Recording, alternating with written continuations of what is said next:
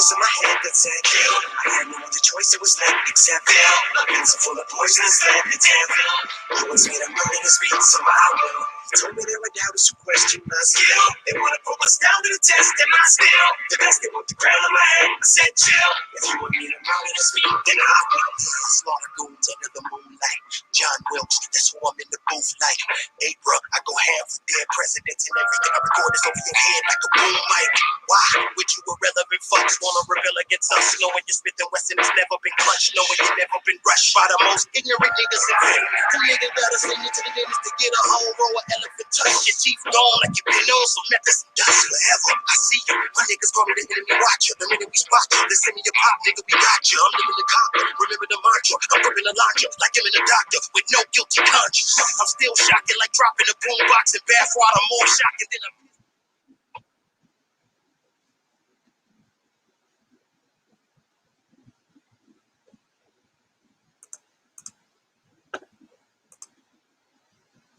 Welcome, everybody, to Tiger Talks Wrestling.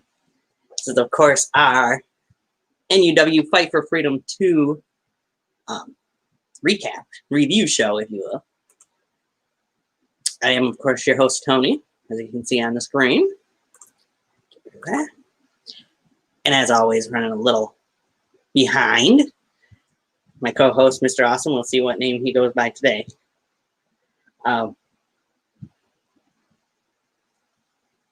Fight for Freedom 2 happened a couple weeks ago. It was a very good show. We'll dive into it as soon as we get my co-host in here. But we'll dive into a lot of it. We decided we'd wait a couple weeks before we did this because of how long it took, for one, for NUW to get Fight for Freedom 2 out. Of how long it took, for one, for... I don't need that playing in the background. And for two, we didn't know how long it'd be before another episode of Slaughterhouse or Upshot, more likely, first would be. So we decided, well, we'd take a little bit, we'd digest it, we'd rewatch it, and then we'd get on here and review it.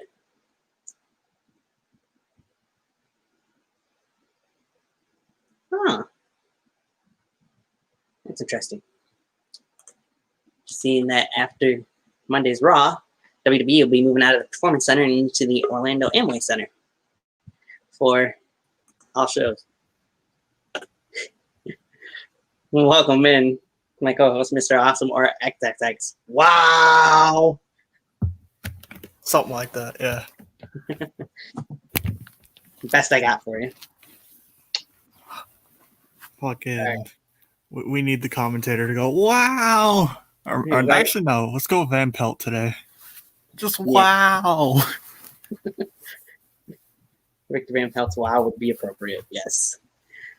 Wow is probably one of the best words to describe a lot of what happened at Fight for Freedom 2. I can attest to that. I said that a couple times. Right? A lot of times. Just a few. No biggie.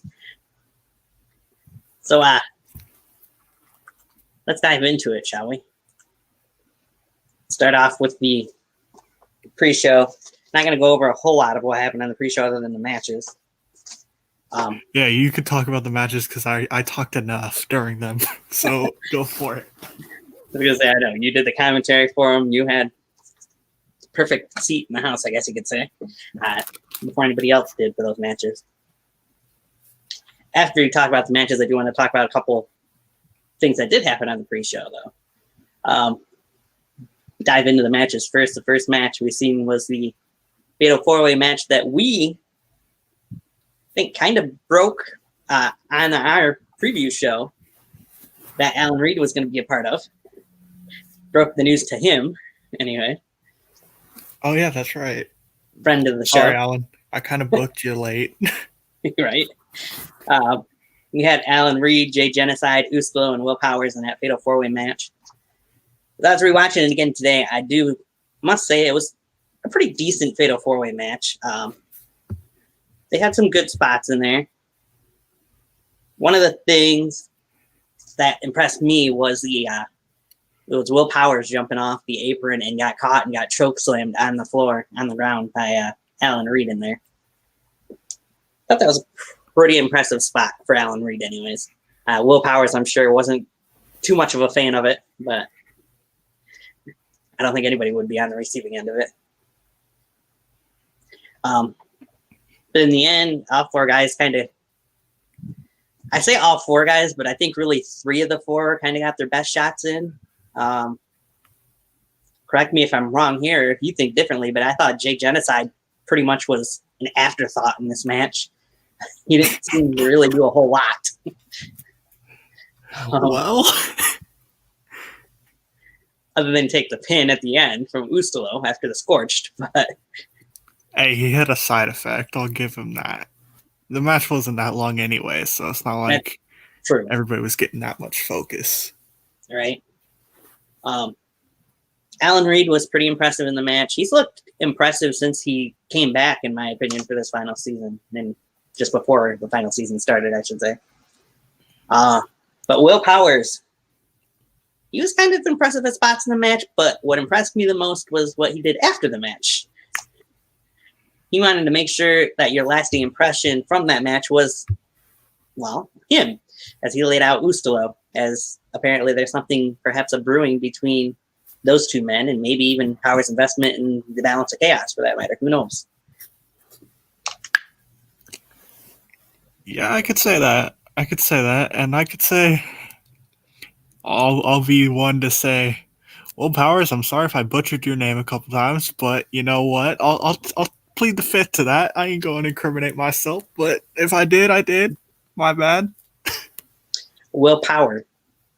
Not that. No. Hey, there's a YouTuber named that, so it's not really my fault. No biggie. I think he'll give me a couple $100 to get it right next time. Perhaps. Speaking of Will Powers, can't forget to mention, and since you bring up money anyways, how about that money title he was wearing at the beginning? That's Floyd's. It's Floyd's. Definitely. Sure, Floyd's. Yeah, let's go with that. We ain't trying to get sued. The fuck? Maybe. All right.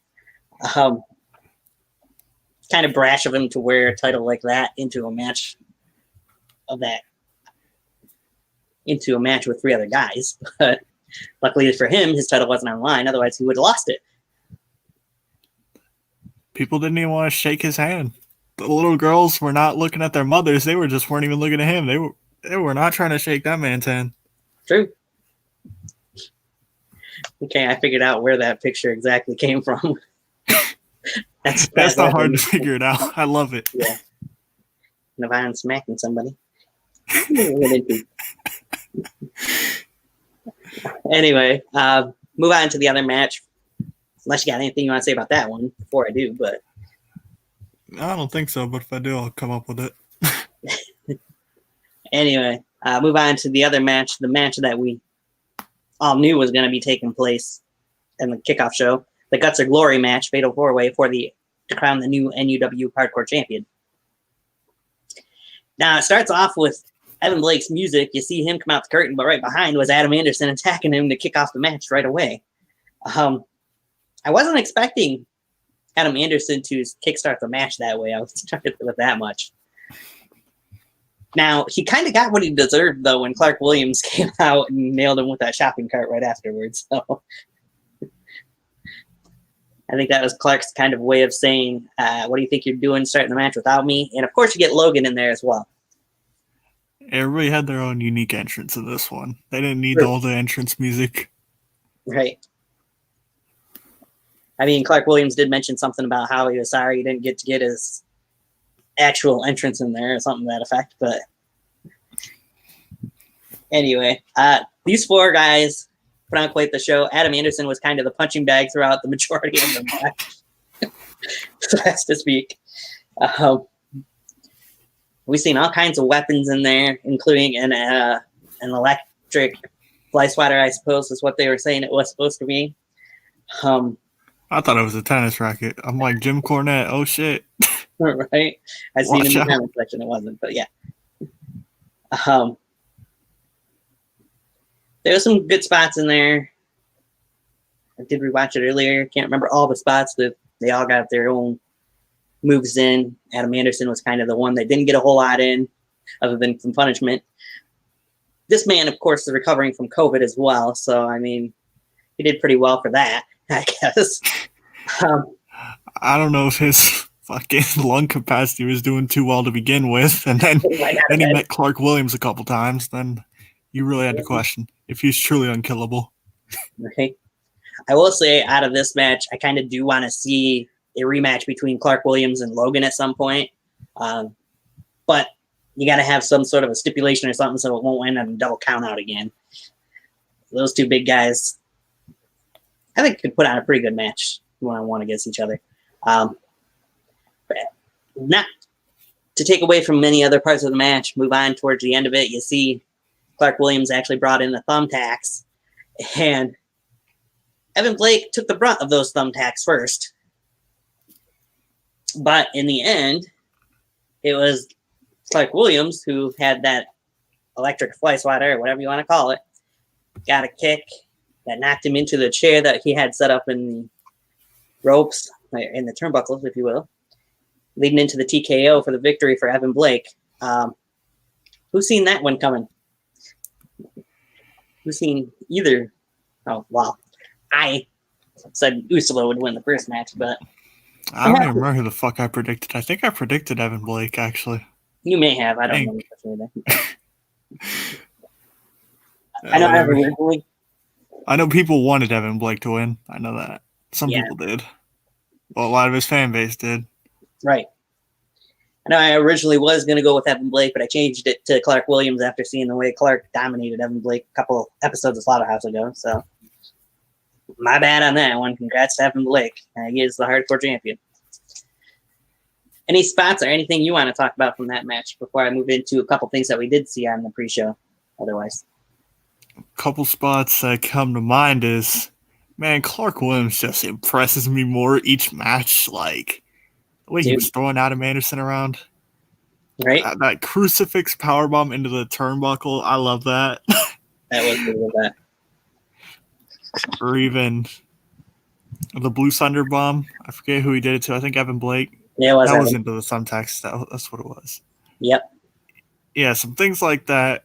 And then Logan. Oh, man. That man, even if he's not in the forefront of programming, like, he is going to be known. Like, he captivated my attention in a way that I didn't think he was going to based off the big man statue that he has. Right. This man was making me laugh too much that I had to go silent. I was like, no, I can't talk over this man. This man is too much. Well, speaking of silent parts from you in that match, homicidal. Suicide. Wait, what'd I do? Oh, yeah, suicidal. Yeah. Hey, I ain't trying to get sued, man. Ain't trying to get sued. A little dead air from there. Yeah, I will agree. Logan was impressive in that match. The punishment he took at times, he had me laughing a little bit, mentioning how his back was hurting and his right cheek was hurting. And like, how am I supposed to talk over that? If I did, that would be an injustice right there. True. I would agree with that. But as mentioned in the end, Evan Blake walks out the victor. It was impressive he was able to get Clark Williams up in that TKO. Took him a couple tries, but he got him. The first time he got out of it, Clark Williams did to hit that Blue Thunder bomb, if I remember correctly. So, yeah, he did it the first time, and he got caught with like a crossroads. Yeah. Oh yeah, that's right. It was a crossroads. And how about that spear that Logan gave Adam Anderson off the fucking... I was going to mention that too. That spear cut Adam Anderson in half.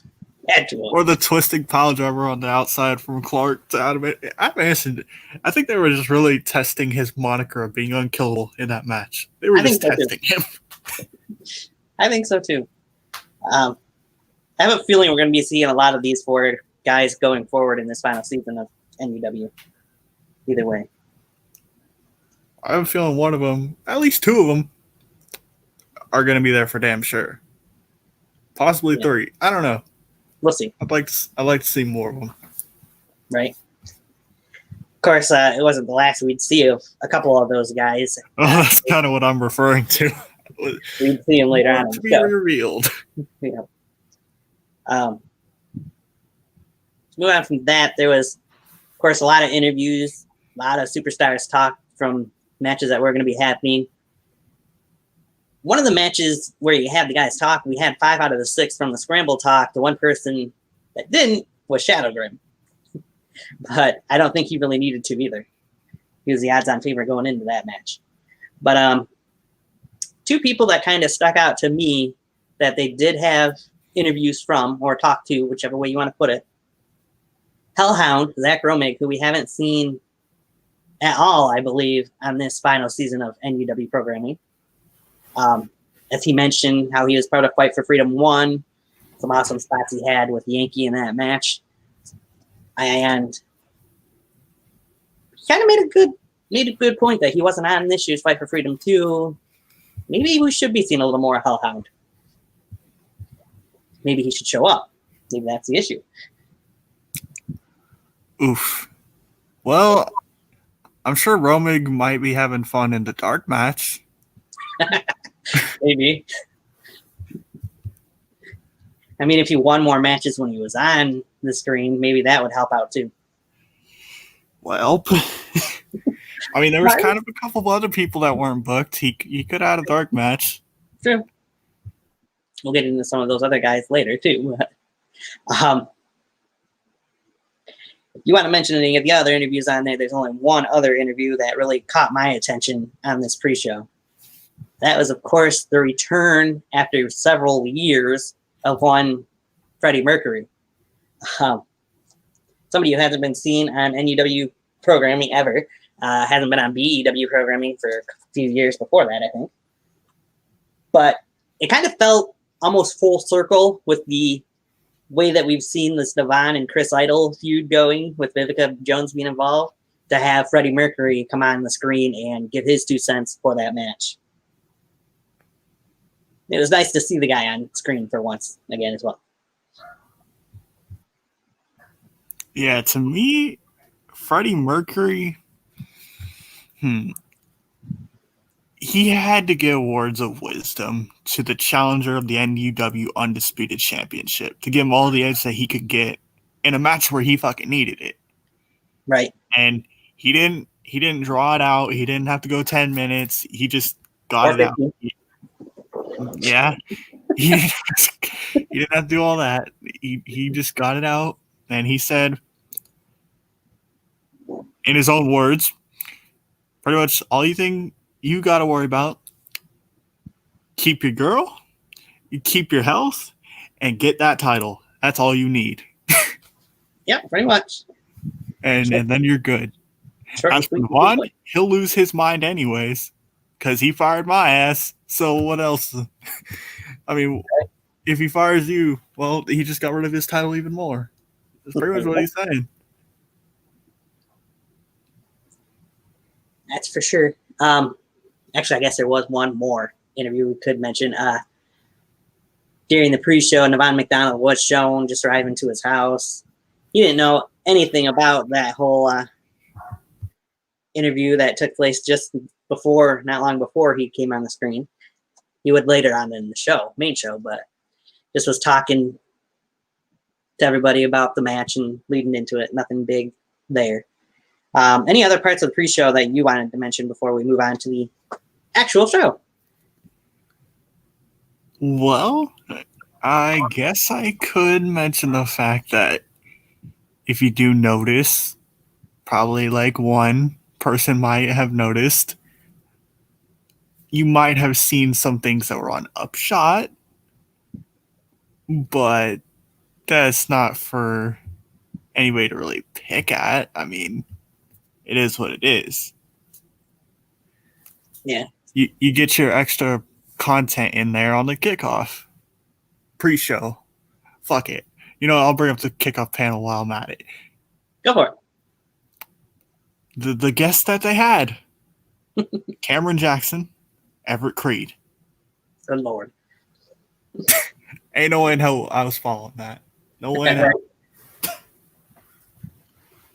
I don't think anybody could follow that. FTI? Mhm. FTC? Well, shit, they were the first FTR. Fuck. Yeah, Might as well head up TNT. yeah, right. But anyway, But yeah, That that was- was definitely worth the content if nobody's seen it yet. Which I Right. fucking blame you. I blame you if you haven't seen it. I blame you. definitely have to go and watch that because seeing Creed and Jackson going back and forth over a lot of things was worth the hour and a half or however long that video was. So Just to the see final 10 minutes. That's all you really need. 5 maybe. Sure. True.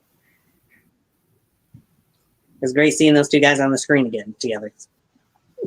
As much as they like/hate each other.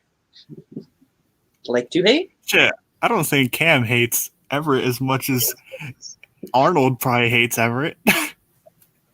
Yeah, can't really blame Arnold with the way Everett was treating him.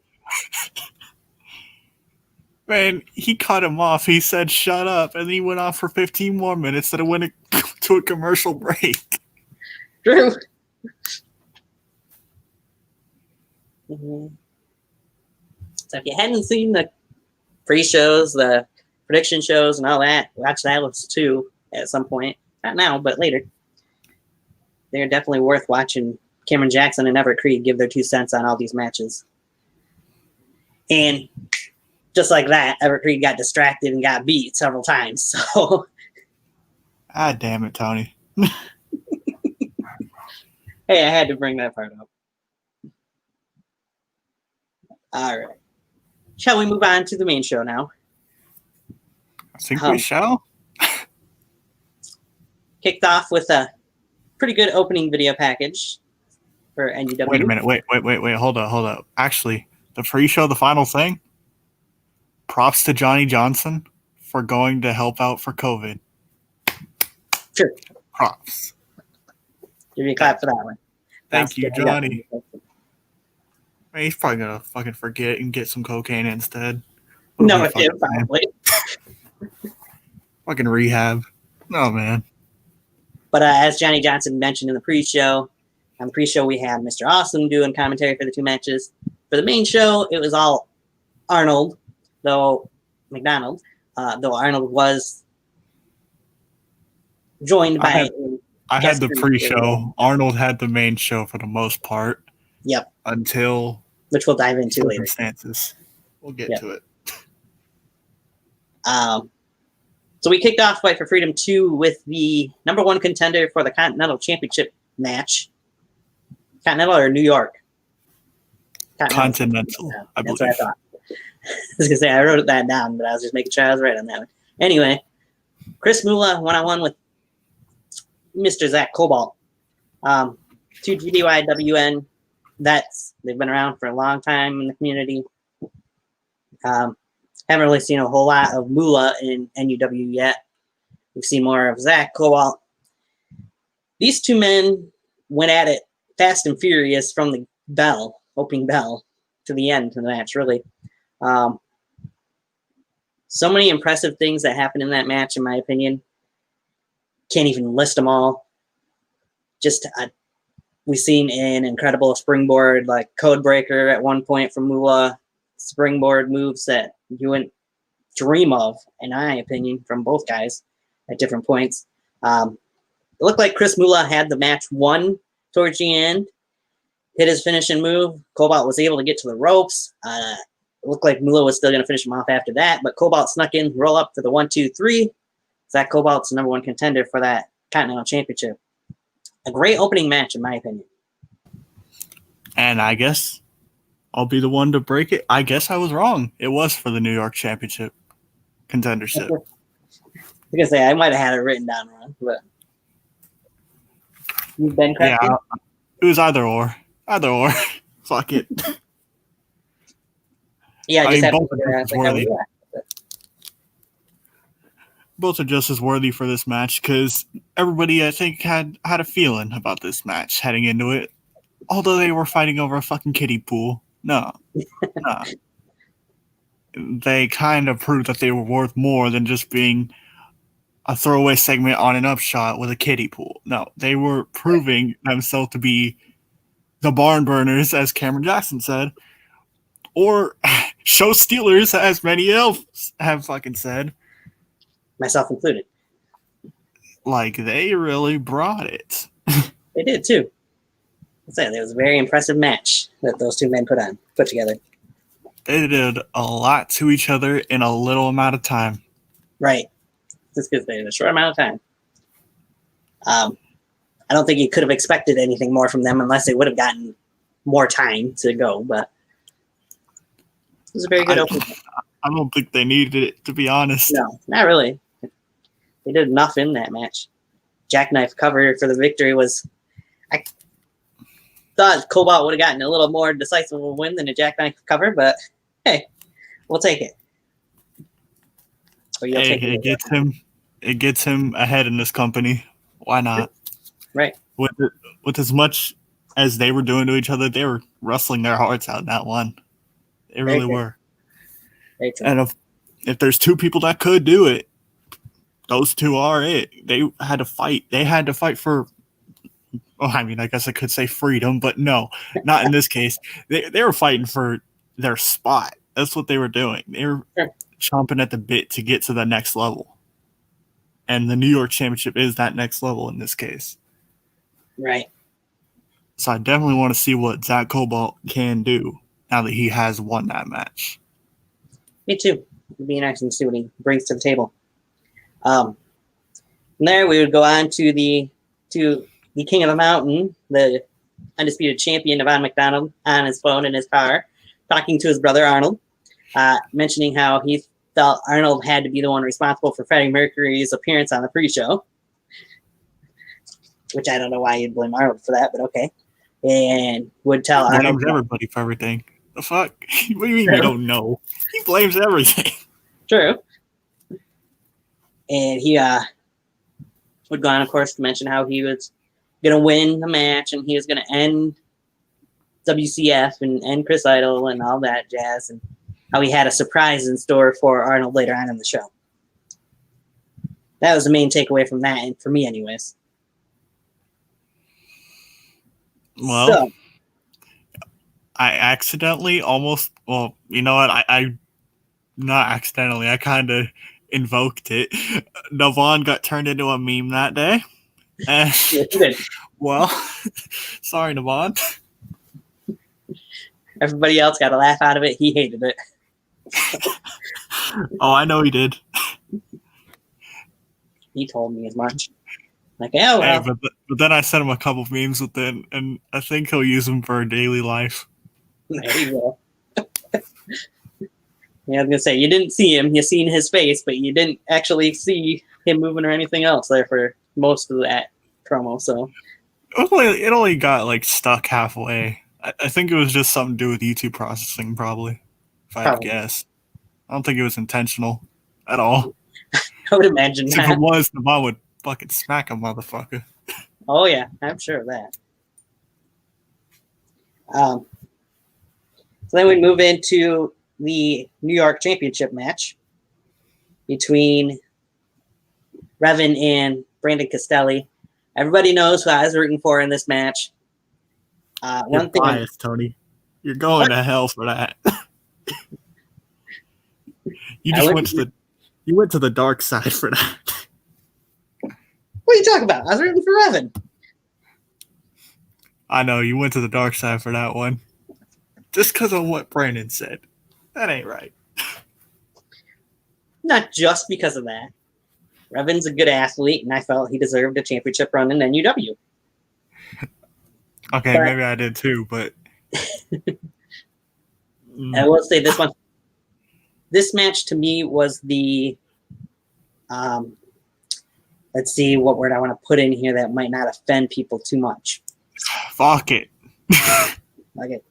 It was the slowest, the boringest, so as to speak, match on this whole card, in my opinion. There was just nothing that really popped or stuck out to me in this match until you get to the end where Castelli pretty much hits a low blow knee to the gut and hits Castelli's curse to win the match. Other than that, it was a slow match, in my opinion. Damn, Tony, you took my fucking question. I was gonna ask if there was a match that you thought could have been better, but shit, I think you just answered the fucking question. That would definitely be the match. If you got anything you want to say about that match, go for it. But that's pretty much all I got to say about it. Damn. Ron Simmons just straight damn. All right, you know what? I'll give it to him. Because although I picked the winner, and it happened, he poked Revan in the eye. He poked him in the eye. Hey, I told you, he had to do whatever it took to retain that championship. He did. He took out all the stops that he needed. Do I think it could have been a bit better? Yes, because I know what Revan can do. But it just wasn't Revan's time. So he just wasn't wrestling his heart out as much as he was in the contendership match, if you ask me. True. I agree with that. And Castelli, he did kind of... He let Revan know that he wasn't in his league. Whether he is or he isn't, that remains to be out of opinion. But I want to see what is next for the New York Championship, because although you may not think this match was good, Brandon Castelli, I don't think it's going to be talking that much shit in the middle of the fucking ring when he has Zach Cobalt doing every move in the fucking book on him. Yeah, I'd have to imagine that. And if he did, well then, just like that, Evercreed loses to Corey Graves, and also Brandon Castelli Zach Cobalt becomes the New York champion. Yes. I'd be fine with that.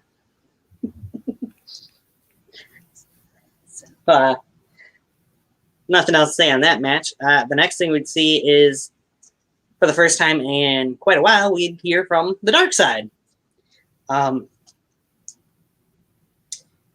What did you take out of his whole promo that he had here? Well, and I'll wrap up that last match. Yeah, I'll say first. I enjoyed it more when I watched it again than I did the first time around. I'll say that. I didn't enjoy it one or two times I watched it. Well then, goddamn. Whoops. As for the Dark Side's promo, he was quiet. He was quiet for months and months. On and off screen, he was quiet. He was under the radar. And like Jason Voorhees coming out of the water, he comes up when it's time to kill. And it was time for him to kill. He let the world know that he was coming back to bring back the dark side. And he knew what this match was going to do for both men. He knew what it meant for the show going forward. He said it perfectly. Just as the past brought us here to the present today is going to lead us into the future. And I think those words are probably going to ring more true than anybody would actually want to admit after you see what their match turned up to be. Right. Yeah, it was a... Go ahead. And another brick in the wall instrumental, like, it just added to the vibe. Like, I enjoyed it. I think that was the side of the dark side you needed to see. Right. He wasn't trying to be a former owner. He wasn't trying to help out everybody. He was trying to fucking win. Yep. It was definitely an interesting promo. Almost eerie at times in ways. Almost sounded like, in a way, Darkseid was saying this could have been or was going to be the end of one, if not both of their careers going into this match. So, pretty much. He's unapologetic. He's a defiant motherfucker. That's also very true.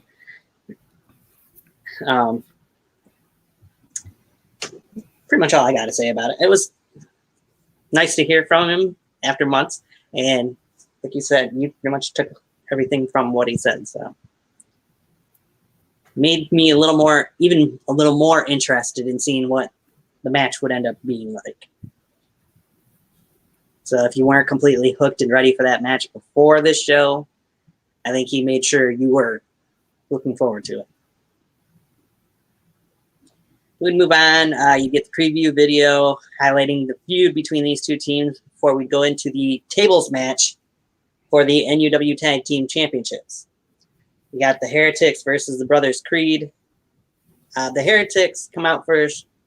As Brothers Creed are coming out, they get attacked from behind, and the Heretics dominated the first half of this match. And then the Brothers Creed took the second half of this match.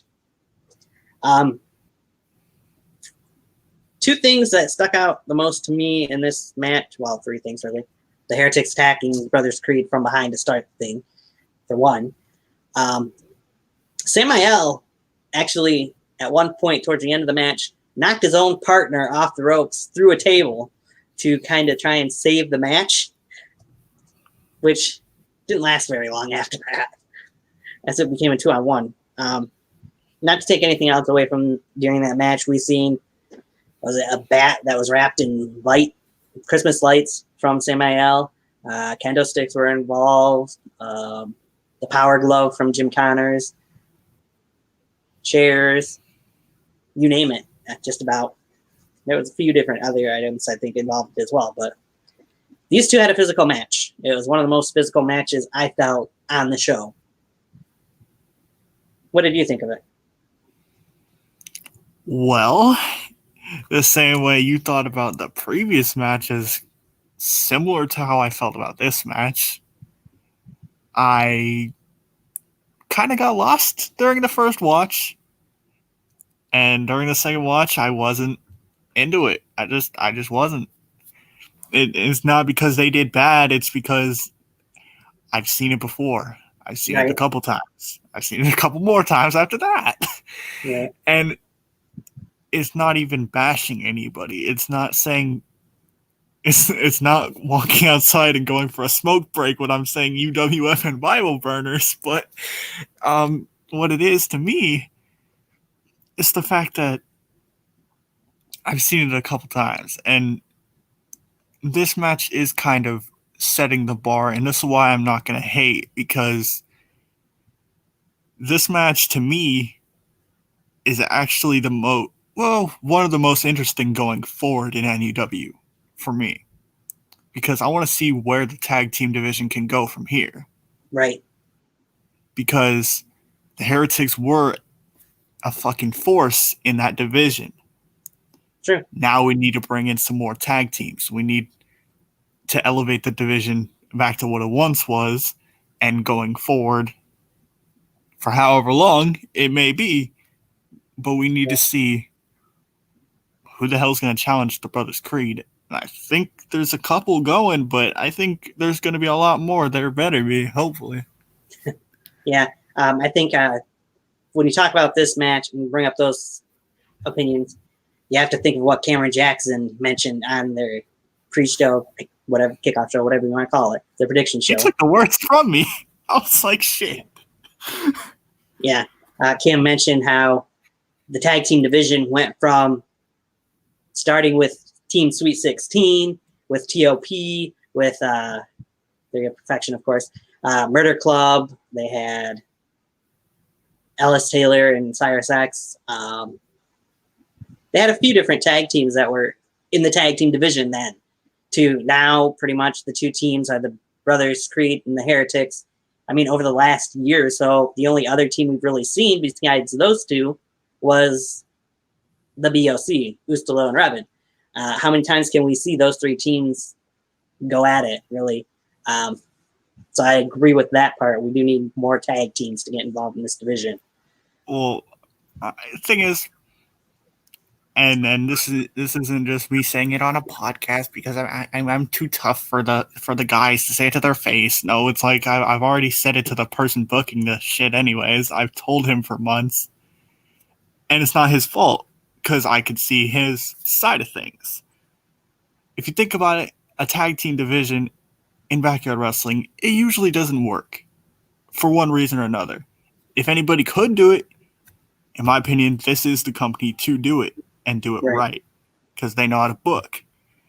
But I think it actually falls more on the talent because I feel like a lot of them want to be seen as the top guy, and then they get lost in the shuffle of being a singles guy because they want to take the chance of being a tag team guy. When, I don't know, I guess you can't get noticed in the tag team division. Well, Team Sweet 16, I mean, is still being talked about to this day. Right.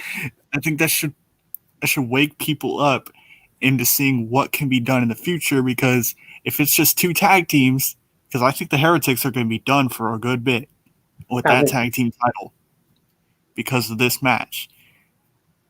I want to see where this goes from here. Even Arnold mentioned that match was the end of the feud between the 2 teams. So, I mean, and I think, like I said, I think the tag team renaissance is actually starting because of this match, if I had to guess. Because if you look at Alan Reed, he's free to do whatever he wants. True. If you look at his brother later on, you'll see he's gonna be free to do what he wants. Right. I would say the Top Guns, that's a viable fucking threat for those titles. Right. We've seen it before, and hell, I was pitching it then. I'm like, yo, Top Guns, you need to keep them around. That is something. Yes. Because not only is it nostalgic to the brand, it's going to be something that'll help out the division going forward. Sure. And Power's investment, they probably need a bit more in the tag team division as well, but Clark is doing his singles thing. So I think the tag team scene is going to be progressing from here, I have a feeling. Of course, there's another tag team that perhaps could get involved too, but we'll see if they do. We'll mention them later. Oh, yes. As mentioned, the Brothers Creed, I didn't say it, but they did win with a double choke slam to Samael through a table. I was kind of like you the first time around I watched it. I didn't really pay that much of attention to that tables match, but I did a little bit more the second time around. I could see why you weren't quite as invested in it with seeing that match several times before. But it's kind of like Cam said, the tag team titles on this card, they were pretty much underappreciated. They were thrown away pretty much. Yeah, pretty much. It's not even their fault. It's not the fact they did bad, they botched everything. It's not even that fault. It's not even the brand's fault. It's not who's booking it. Right. It's just the lack of people wanting to be in a tag team. And that's a problem, but I think the renaissance is coming to where things will start back up, rising again. I would hope so. I mean, NUW's got so many talented people on the roster that you can't have all of them booked in matches for singles titles. So some of them would have to be put into tag teams or would want to be in a tag team trying to go for those titles, if nothing else. I mean, for crying out loud, you've got guys like Joseph Anthony, David Lowell. I'm sure there's other people that my brain's. What's that? Perillo. Mike Perillo, yes, yep. Him. There's others that were not even on this card. Yes, we would see one of those 3 men later on in the show that I mentioned, but there's guys like that you would think that would be on pretty much every single show, but when they're wanting to do singles and they're wanting to go after singles gold, there's only X amount of spots that are available for that. Yeah, and when the show, I think this also contributes to it. Not everybody, like we said, some of the matches did go shorter than you'd expect. Sure. That's not really the fault of anybody, because if they went like 10 minutes, well, they're nowhere near a main event match anyway. So you can only be so long on, what was it, a 3-hour show? The main show, I think it was, almost. Close to 2:45 or something like that. Like, the people that are on the card, I think, even if you're the first match, like on this card, great example. If you have 10 minutes, you can still do your job and you can do it really well. You'll be talked about a lot more. Hate to make a comparison to WWE or any other companies like that, but look at Dolph Ziggler. He's been thrown in so many early matches on pay-per-views or shows, and gets short amount of time, and still he's the show off for a reason. So it's been proven in that, and even here, as you mentioned, between Cobalt and NUW, you don't have to have a lot of time to get over it. So,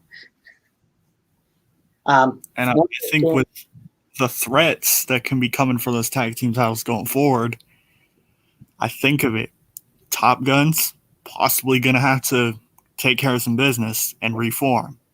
Yeah. I'm thinking Powers Investment, they're going to have to be the threat that I was pushing for them to be on the pre-show. I was saying they're going to be a threat. Right.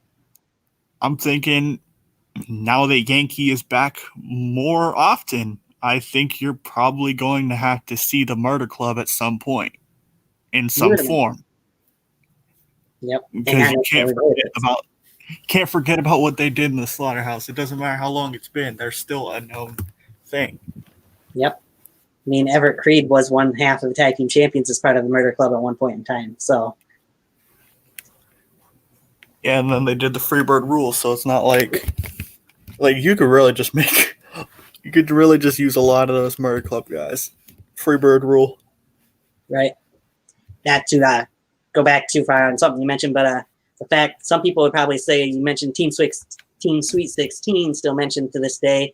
I would argue you can't just say it because they're the first NUW Tag Team Champions. Some people would probably make that claim to it, and it's not just because of who they are, Cam and David both being successful single stars. That tag team was one of the, I would say, one of the best tag teams in NUW history thus far. So that's why they're talked about to this day. I think both of them took a chance. That's what it is. Because Cameron, when he came into BEW, he was doing the singles thing. And I guess to the BEW audience that hadn't seen him before, he was a fresh face getting a main event spot, but there were so many other guys surrounding that he was kind of getting lost in the shuffle around the Backyard Rumble time, where he was facing Taiko Mikado, people like that. And I'm like, okay. And he kind of noticed that. And David, after losing that anti-hardcore title to Shadow Grim, he was floundering too. True. And while they weren't in the limelight, they kind of adapted into the new tag team division, and they grew bigger in the NUW brand because of it.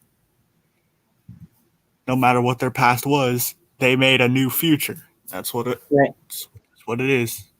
I think a lot of fans, including myself, were kind of sad, upset, whatever you want to call it, when they did eventually lose those tag team titles, and wish they would have had those titles even longer to run with. But they had a good run, though.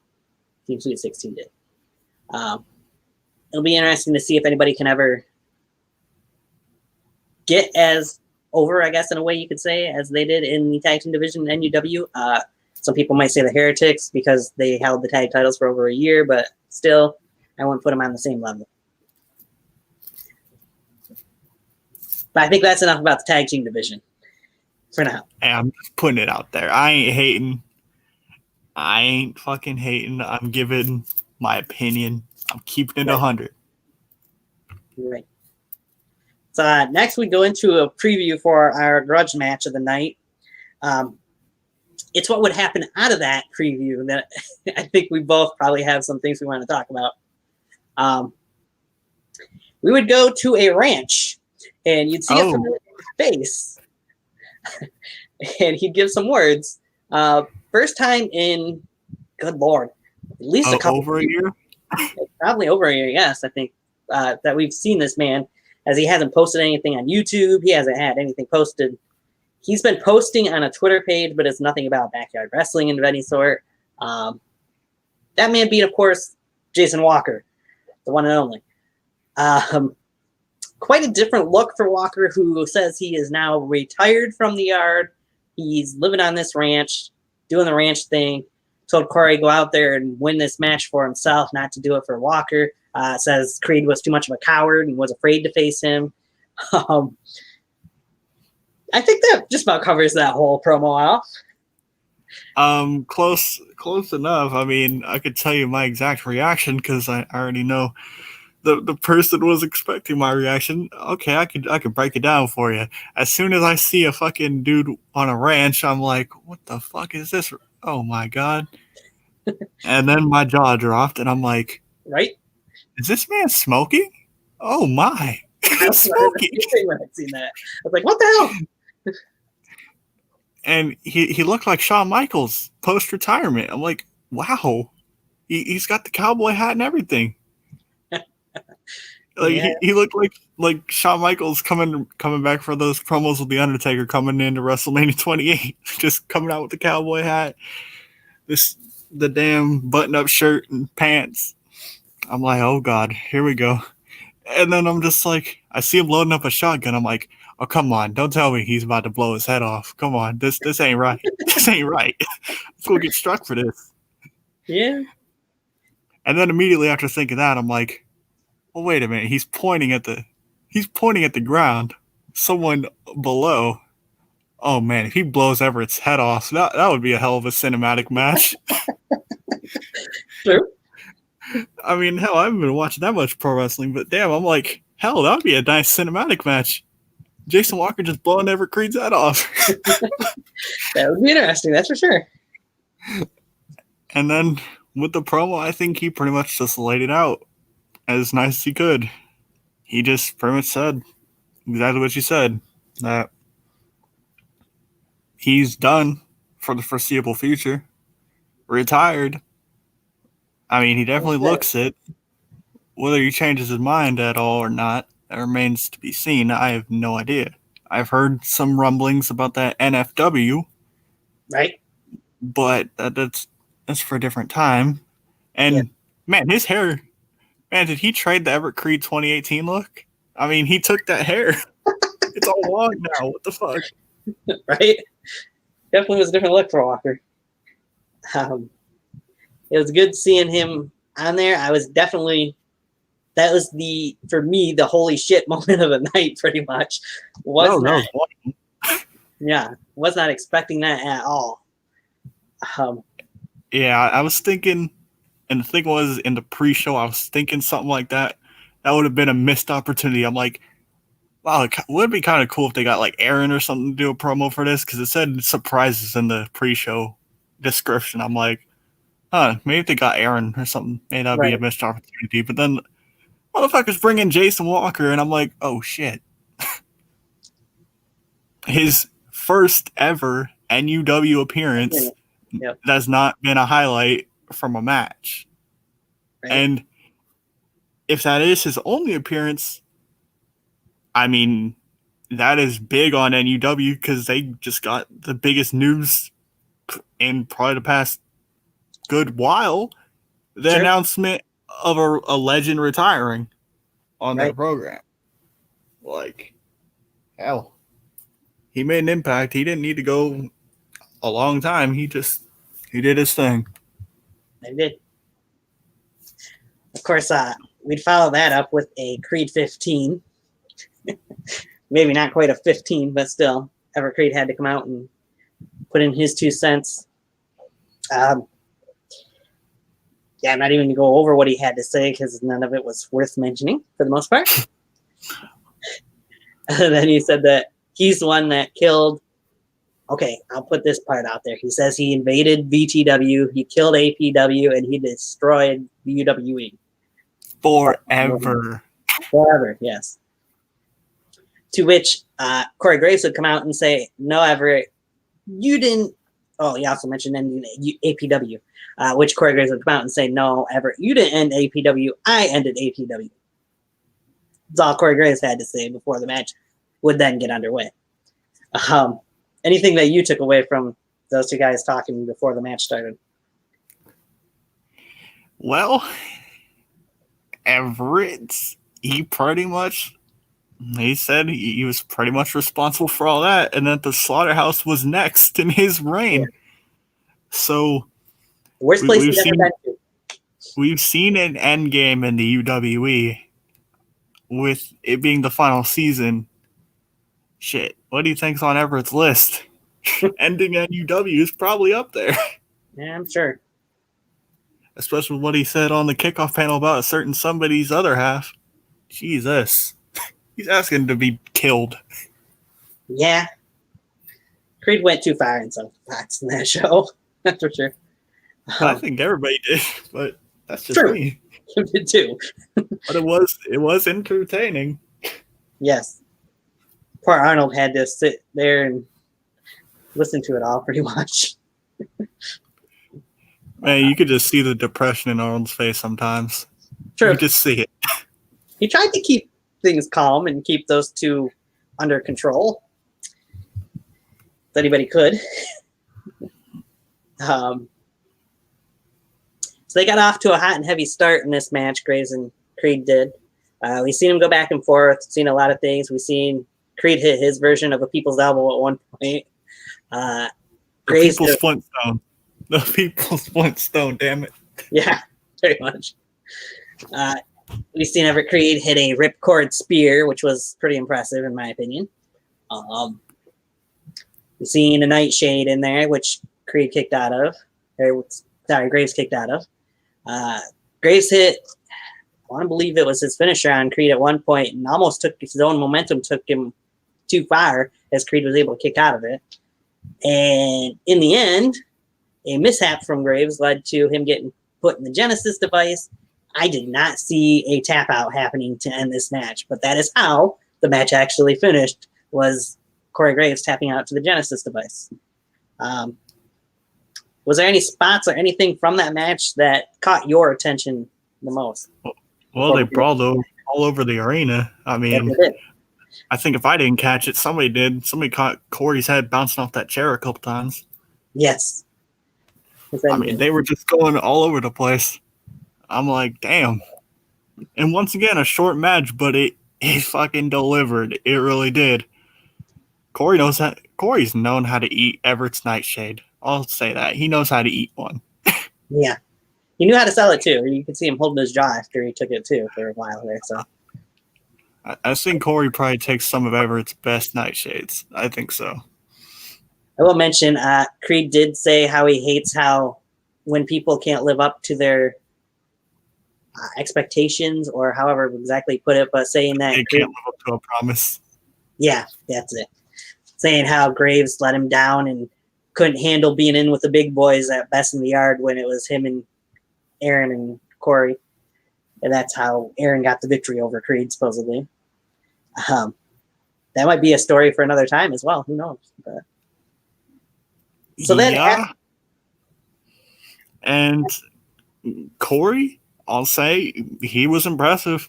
I don't think anybody's been denying that.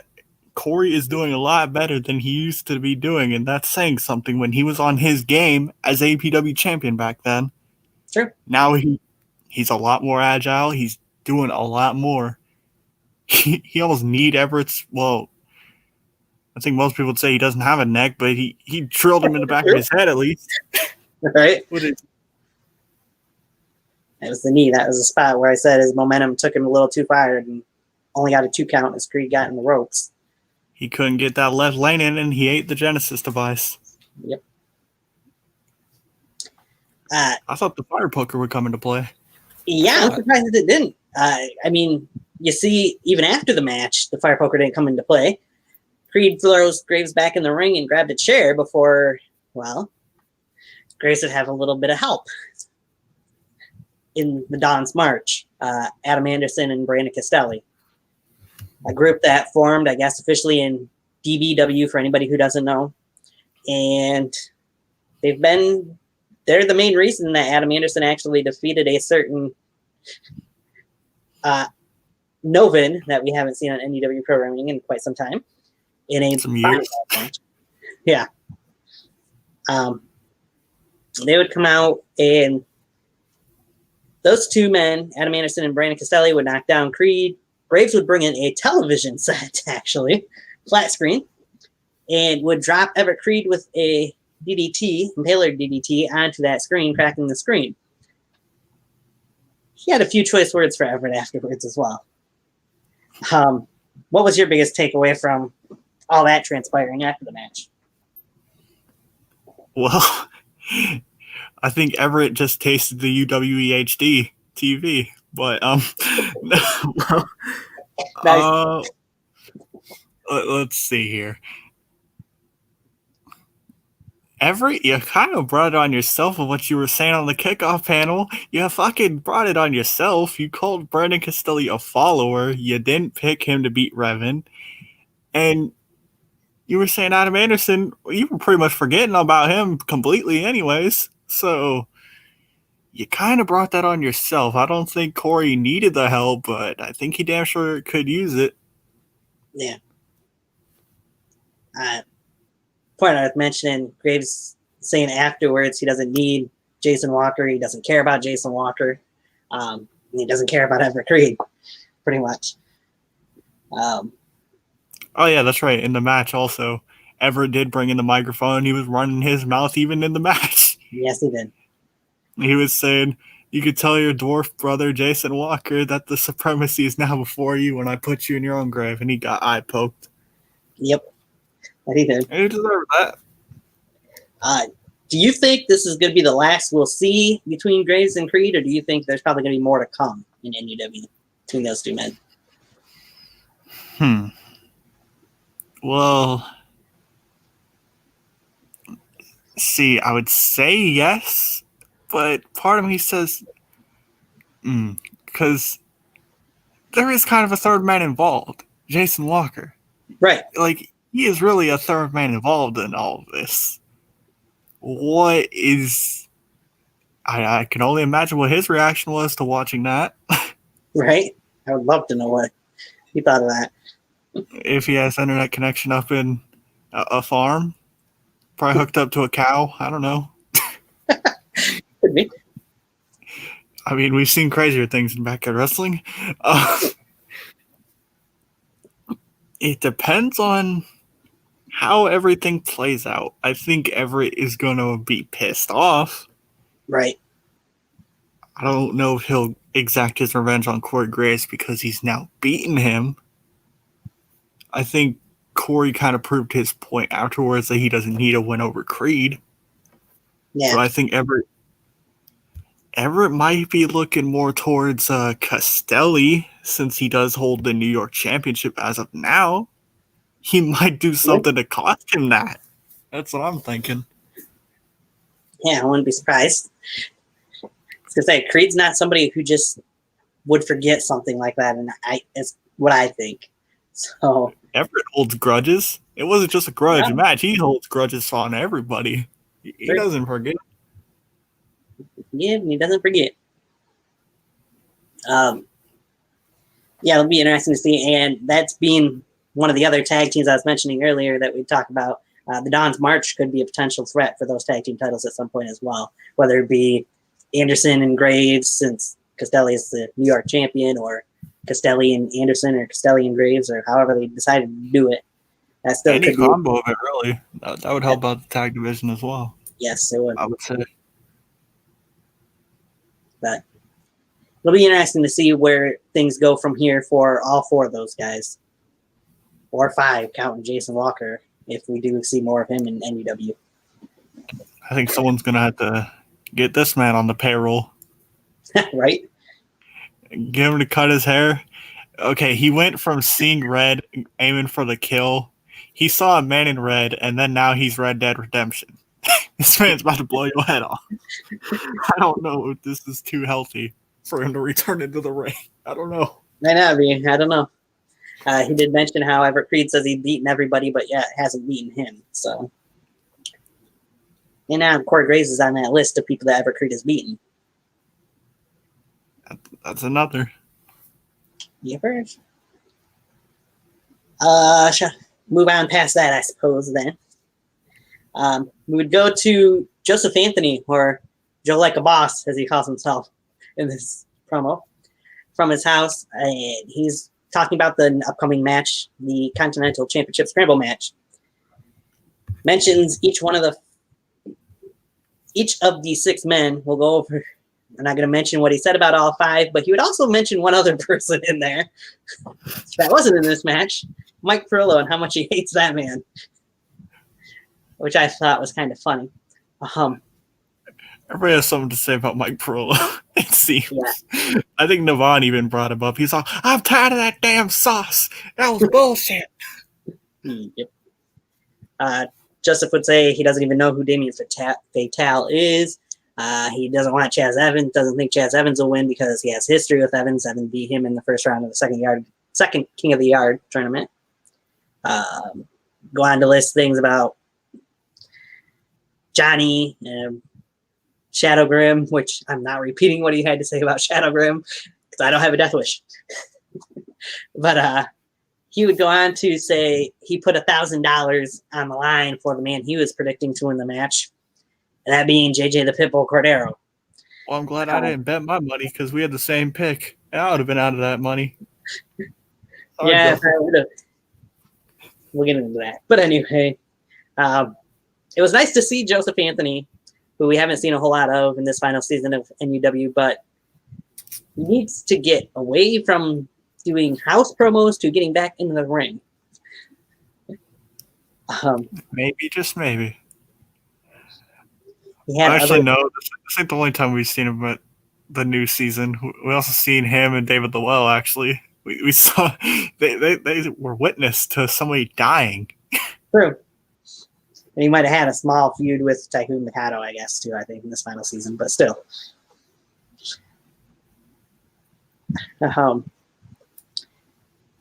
Anyway, we would go on to the preview for the Scramble. You had revealed I believe it was you who revealed the rules for the Scramble match on the pre-show. Oh, yeah, I did. So let's get into the match, shall we? We start, unless you got anything else you want to say about Joseph Anthony's promo beforehand. Nah, not really. Except buy his music. iTunes. There you go. Brought him up on SoundCloud, guys. Just like a boss on iTunes. There you go. So the match would start out, the Scramble match, with Chaz Evans and the Butcher of the Slaughterhouse, Shadow Grim. Arnold would make the mention that this is a very different side of Shadow Grim we've been seeing. It's nothing like the old Shadow Grim that we've seen dominate the Undisputed Championship scene for over a year. Shadow Grim was impressive, not just when it was these two men, but throughout this whole match. So we go in every 3 minutes, neither participant would enter the match till 20 minutes is up, and then that person, whoever has the last pinfall or submission, would be the Continental Champion. Chaz and Shadow would be joined by JJ the Pitbull Cordero, and then I don't want to go past this next man's entrance because I've got something I want to say about it. Damien Fatale was the fourth man to come out. The look that Shadow Grim gave towards the entranceway as soon as that music hit, that tells you something was up. And he doesn't forgive nor forget as well, just like we mentioned, Navon McDonald doesn't. King of the Yard 2, we all know, is when Damien Fatale defeated Shadow Grim in the second round to advance in the King of the Round tournament and knock Shadow Grim out. Before Shadow could get his hands on Damien, though, Chaz Evans would attack Damien in the entranceway. But I do want to say, if there is a match that I am really wanting to see in NUW at some point this year in the final season, it's definitely a rematch between Shadow Grim and Damien Fatale. Those two men, I just feel like would have probably one of the best matches that we've seen in the Slaughterhouse because they had a great match in that King of the Yard tournament. That's my point on that part. Again, the fifth one would be PJC, and then Johnny Reed would come out last for this Continental Championship match. We wouldn't see a single pinfall until Johnny came out. Anything you want to mention before I get into how the falls went, though? Well, Shadow was explosive. He definitely was that. Chaz Evans, he was shown out as he does. And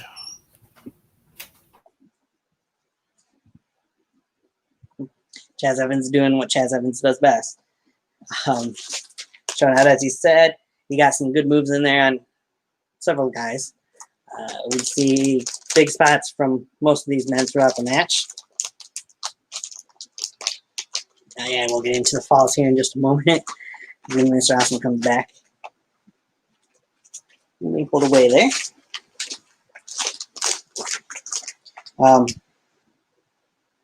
It was just very interesting to see that there was no falls going into the final entrant coming into the match, I thought.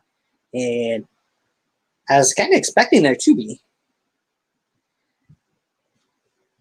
Very shocked there wasn't. That was the biggest shock of this whole match, in my opinion. So we'll get into. All right. Okay, as you were saying. I was saying PJC, he was definitely getting loved. Like, people were into him. JJ Cordero, he almost killed himself the first move he did. But, and that's when I knew, it was at that moment he knew he fucked up. And I was like, well, there just went my pick. Yeah, to mention, JJ Cordero came out for his entrance, went for a springboard drop kick, but Shadow Grim kind of sidestepped him. Yeah. He sidestepped was like, yeah, he just walked away. Yep. He walked off. It's like, okay. And who was I it? think Joe probably had a similar reaction to me because he bet on JJ Cordero. He was like, bruh. Right. I mean, I'll give props to Cordero. He did end up hitting that springboard dropkick on Shadow Grim like a minute later or something like that, but still. But it just wasn't a good way to enter the match when you just eat shit like that. It just wasn't going well. Right. Yeah. So I guess we can get into. Oh yeah, that's right. Fatal. That's who else I was going to bring up. Yeah, go ahead. As you said, that stare down, that does make you want to see that match. But then Chaz Evans, he had to fire back. He wasn't about to let what you saw in Upshot happen. He wasn't about to let Damien Fatal have his moment. Right. Because his got taken from him. True. And then Johnny Reed. Well, that's when things really started to kick off, I'd say. Yeah. Just before Johnny Reed comes out, Shadow Grim throwing all the other 4 competitors around into each other. Had all 4 men, all 4 of his other opponents together and did a swanton from the top rope to the outside, taking out all 4 competitors. Leading into Johnny Reed coming out, picking up the scraps, throwing Chaz Evans in, and getting the first pinfall in the match. Do you think that was the right thing for Johnny Reed to do? Or should he have just, I don't know. I didn't feel like he needed to go for the pin right away, considering he was the champion anyways at that moment. But yeah, I don't think he legally needed to because he was already champion, but right. It still worked. I mean, I Sure. guess he had to prove it to himself that he could do it either way. I was surprised there wasn't a pinfall until then. Me too. I was expecting there to be at least one, if not a couple, before that. Very shocking. But I guess they kind of took that up a couple minutes later.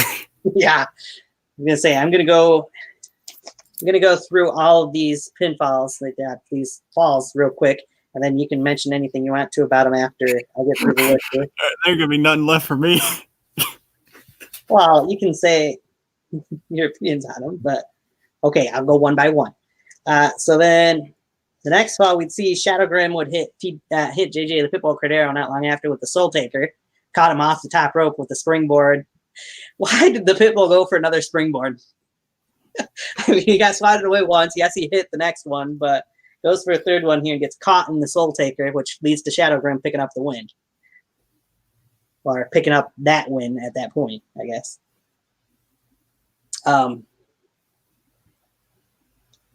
Just butt in anywhere you want to in here as I'm going through these. Shadow would get up, turn into an NFG from Damien Fatal. Damien Fatal becomes the current champion. Fatal would then get hit with, I believe, I heard Arnold call it the Icon Splash, which looks a lot like the Styles Clash. As Chaz Evans would pick up the next fall. This was fast and furious, the falls as it happened here. Johnny Reed would then hit a Death Valley driver, is what Arnold called it, but it was more of DVD into a cutter onto Chaz Evans to get the next fall, before Johnny would get hit with a taco buster from PJC, who would pick up the following fall, the sixth fall. And PJC would then get hit with a lockjaw from Pitbull. This Pitbull became current champion. And JJ got up and turned into a kick from Chaz Evans. Chaz Evans would take over as champion. Damien Fatale would then catch Chaz Evans in a submission hold and force him to tap out, and kind of like a version of the Coquina Clutch. Then Shadow Grim would hit a swanton off the top rope onto Chaz Evans, who was still down from getting choked out, or close to getting choked out, to pick up the next fall. It was there that things got a little interesting. Johnny Reed, out of nowhere, would hit a 450 splash on not one but two men here, both Chaz Evans and Shadow Grim, and would pin them both to become the current champion at that point, as we were winding down to, I think, about 40, 45 seconds, something like that, left in the match at that point. What was your opinion of all that before I get into the final fall? There was a lot to take in. Yeah. There really was. I just don't know what to think. I mean, I guess I could say my pick, JJ. Well, I guess I can go into this after we talk about the finish, but man. It was quite the interesting take. But so the finish after that 450 would hit from Johnny, PJC would kind of awkwardly roll up Shadow Grim and get the 1, 2, 3 as there was like 5, 6 seconds, something like that left on the clock, and the time would run out, and your new NUW Continental Champion PJC, who celebrated, of course, with Mickey the Mouse.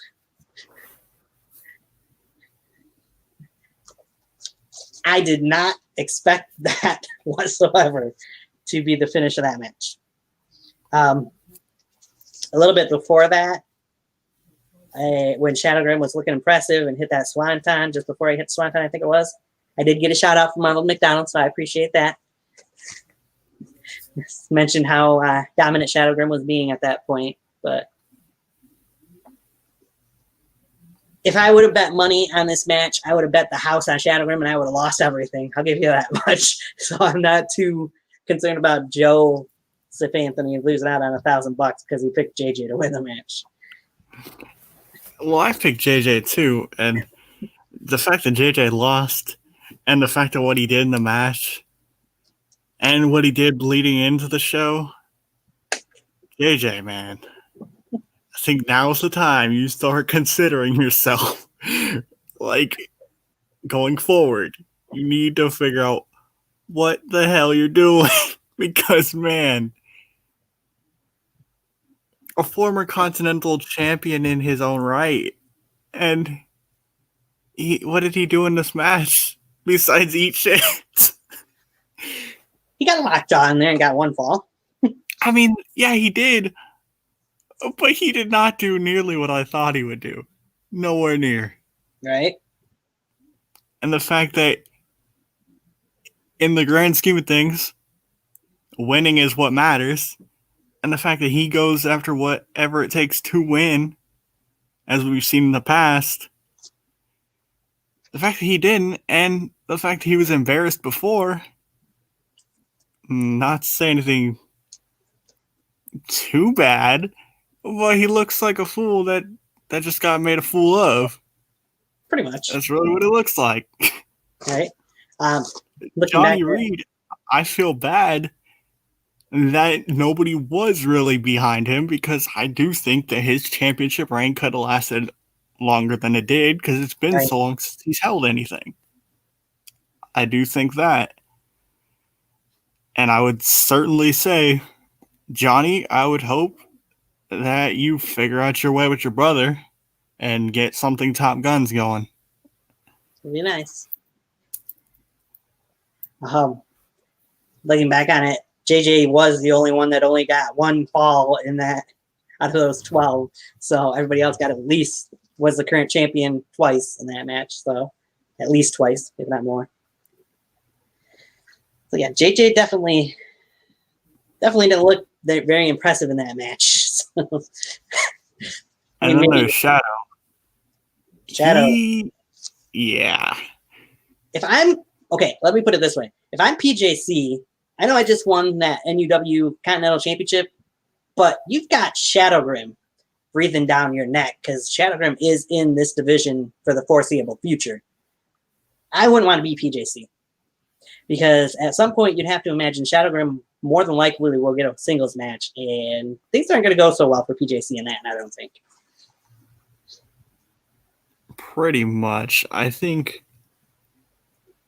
if he returns or if he doesn't, because I think this match might be a confidence breaker for Shadow Grim, knowing that he's failed 3 times in a row for a championship. True. That could be. He lost to David Lowell after holding it for so long. The Fatal 5-Way at Halloween Hell 3. In fact, he hasn't got a rematch for that. True. And then he's just failed again.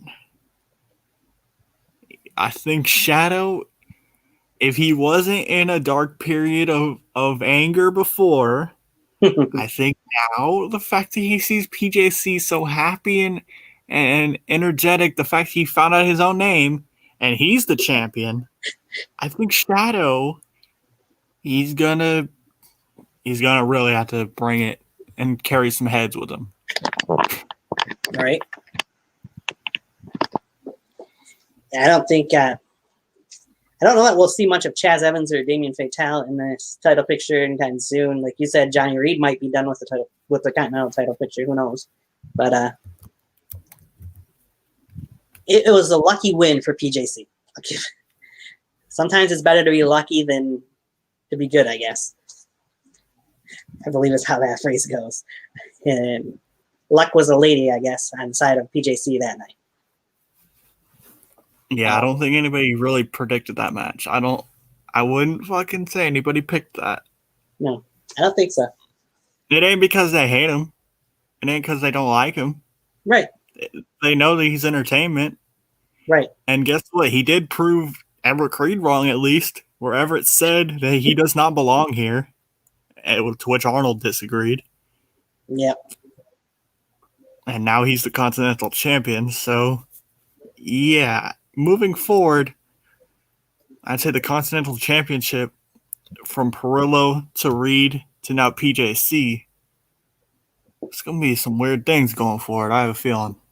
We'll probably get more promos from his house with Mickey and all those other characters and have that title be involved in them now. So it'll be interesting to see what happens going forward. So then after that match, we would go to Arnold McDonald in the studio with a chair sitting next to him, wondering what the heck that's all about as he gets ready to hype up the Newburgh street fight. And who should come in? Not me. Huh? Not me. Nope, not you. No, an old colleague, an old broadcast partner of Arnold. Not Johnny Johnson. No, not Johnny Johnson, but instead Carlitos, returning to NUW. Another surprise on the show, that's for sure, as I wasn't expecting Carlitos to be on there. He gained some names. I'll give him that much. I sure as heck couldn't repeat any of them, but yeah, I kind of got lost after his 16th last name. Right? There was a lot of them. Yeah, there was. It was great to have those two back in the booth together. It's always fun listening to those two back and forth. I would say, in a way, they have their own mentality, but it kind of reminds me a little bit of that DALE and Jack Thomas from UWE days. I kind of used to compare them to, and still do a little bit. They're back and forth that those two men have. I can see that. Arnold has some good commentary partners. That's for damn sure. So Carlitos would mention here, Arnold would say that they're there for Fight for Freedom 2. Let's move on with the show. And Carlitos would say, Fight for what? I thought this was WCW. Well, Carlitos has been booked away, all right? He's been doing his own thing, and shit, WCW might have been running that night. Could be. But it was just Road Wild. Yes. Sturgis. So that was just one of the things that made me laugh. Of course, then Arnold mentioning what the next match was before we went into the video package being Yankee the Difference Maker versus the Dark Side in a Newburgh street fight, and Carlitos almost had a heart attack. I think he knew. It's been a while since he's been in the booth. I don't remember the last time he called the matches. I think late BEW maybe. Probably. And the thing is, Carlitos, I've been petitioning for this man to come back for so long, and I didn't even know he was going to be there. It's even a surprise for you. Yeah, I was like, Carlitos. Oh man, it's Carlitos. Oh shit. I've been one of the most vocal to get him back in the booth. Right. At least for a one-off. And who knows? It could be longer. Hey, you never know.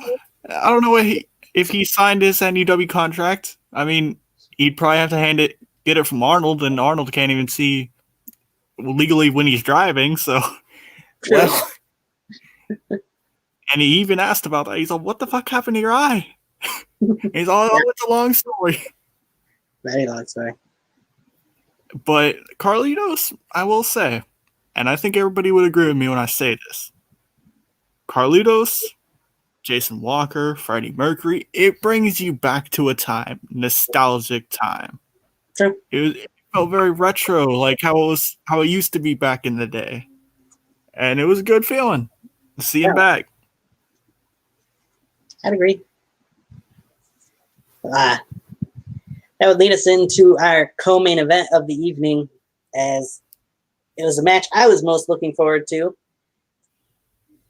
I think a lot of people probably were looking forward to this match the most. That being Yankee the Difference Maker versus the Dark Side, Newburgh Underground. Newburgh Street Fight, rather. Newburgh Death Match is what the announcer called it. But God damn it. But anyway, this match, as we all know, we all have talked ad nauseum about the history between these two men. We've seen it in the video packages. We know these two guys hate each other. That couldn't have been proven any more than what it was in this match. Stiff shots from the opening bell. The haymakers they were landing were straight punches right to each other. No hands to stop it. No nothing. They weren't holding back. These two guys used just about everything at their disposal. I was expecting maybe a little bit more than what we had, but it was still a violent, physical, drag them out, beat them out, whatever you want to put in there. Match between these two guys. Yankee focused on the balls of the Dark Side a few different times. Low blows. There goes his bright sides. Yeah. Used the bat for a low blow. I think he used the 2x4 for a low blow at one point. Low blow in general. Yep. The Dark Side even said at one point, "Somebody call 911. I've lost my balls." Don't know if many people caught that, but I did hear that when I was rewatching it today. The Dark Side and his one-liners. There was that, and there was also the "fuck you, I'm the Dark Side." Yes. And smack across Right the after face. he said, "Who's this clown?" or something like that. He's like, "This your boy? Who is he now?" Yeah. He goes, "I'm the fucking Dark Side." And to which Carlitos, he had to say, he goes, "The Dark Side has some fucking balls on him." Oh, shit. Yep. You ain't wrong. So, some impressive spots in that match included, at one point, the Dark Side had Yankee up against a glass. I don't know if it was a window or what exactly it was. But anyways, had him up against it and threw a sink at Yankee, who fortunately moved out of the way because that sink destroyed that glass. That was one thing during that match that could have killed somebody. It wasn't the last time. Hey, and you know how glass breaks when it gets from that type of force. A good chance a piece of that glass might have flown into Yankee's arm at least. Right. Went over a couple other things already, the low blows wise. Yankee had the dark side up against the fence and hit a cannonball. That had to hurt, having the fence behind him. We've seen a table was set up that Darkseid thought he was going to put Yankee onto. He might have been thinking he was going to go for a flying squirrel, which I'm surprised we didn't see at any point in the match, but he would not get what he wanted to because Yankee would counter and hit an AA, FU, DVD, whatever you want to call it, through the table to the dark side. I'm going to throw you on the top of your neck. Yeah. You ain't going to do anything about it. Have a nice ride. Pretty much. These two men, as you would figure, spent more time fighting around the outside of the ring than they did in the ring. They were in the ring a few different times, but this was not supposed to be your IWGP Junior Heavyweight Championship match. No. Let's just say that. Not at all. They were not doing too many lockups. They were throwing enough fists that'll do enough of the business good. Right. See what other spots were there. I'm not going to jump towards the end quite yet, but I have a couple spots I could bring up. Go for it. Well, there was one. Yankee threw the dark side into a fan. Yep. I know who that fan was too. I thought who that was today. Poor man. Poor man. And if you can hear it distinctly. Or how about when they drove each other through the crowd and you just hear in the background, oh hell no. Oh hell no. We ain't having that shit. Yeah. You should hear that. Somebody was not he was wondering, you just hear it. Yep. Yeah, the crowd definitely was they were not safe. No, they were not safe at all. You just see people hanging over the fence and Yankees talking his shit. He's all, this your boy? Yeah, this your boy right here? Yep. And he was hitting him with them candlestick shots. He wasn't caring. No, you even heard after the first candlestick shot from Yankee to the back of Darkseid. I don't know if it was Jim Connors or not who said it, but he's the one that would pay for it. Said that was somebody had to run off at the mouth. Yes. And Jim Connors would eventually pay for that. But we've seen some pretty tough candlestick shots from both of those guys to each other. Jim Connors did get backed by Yankee when he took that candlestick back. Like I said, the candlestick was used for a low blow at one point on Darkseid by Yankee, and then the shots to the back. And you can't forget the last shot that Yankee hit Darkseid with that candlestick, right to the fucking skull. Not protected by any means. Yeah. They fucking didn't bust him open. Whether you call it a Newburgh death match, a Newburgh street fight, and no matter what you want to call it, they were just fighting. There was no problem about it. Right. These two would eventually. The new Jack quote of, if he dies, he dies. Good, I hope the motherfucker die. Right. The match would eventually get back towards the ring, and as it did, you would see the dark side get a table set up at ringside, but not just a table, because he would go under the ring, grab a bag, and shades of the first King of the Yard tournament, as you'd see thumbtacks for the second time this night poured out onto that table. If anybody doesn't know, at King of the Yard 1, when it was the Dark Side and Yvonne McDonald, tacks were used for a twisted mind to Yvonne McDonald onto that. I believe that was the finish of the match. They even used a fan in that match, by the way, which wasn't used here, but that's besides. Hey, in this match, though, he sat Yankee up on the steel chair, and he did a launching somersault into him. Senton somersault, whatever you want to call it. Yes, that he did do before he poured the tax on that table. So it's what happened after he poured the tax on the table that was kind of the OMG moment of the match, or anything, the holy shit moment of the match, whatever you want to call it.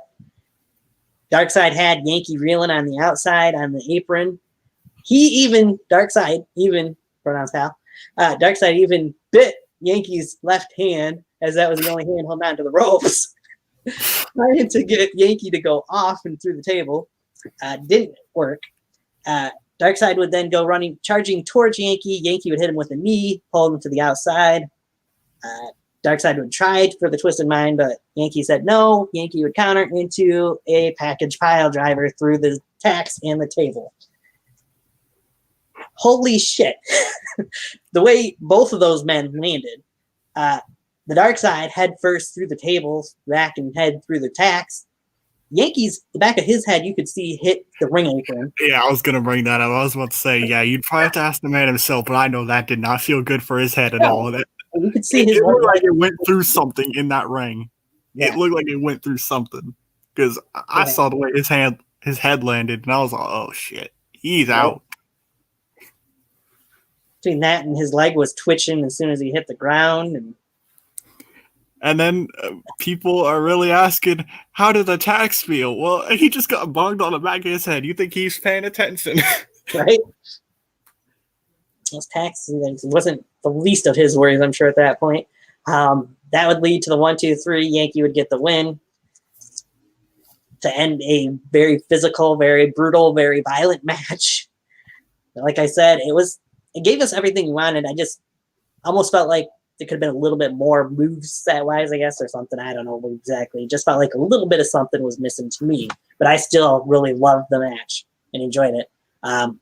I was right in my prediction for it. Yankee did win. I'll give that much to me. I lost my prediction in both scenarios because I thought neither man was going to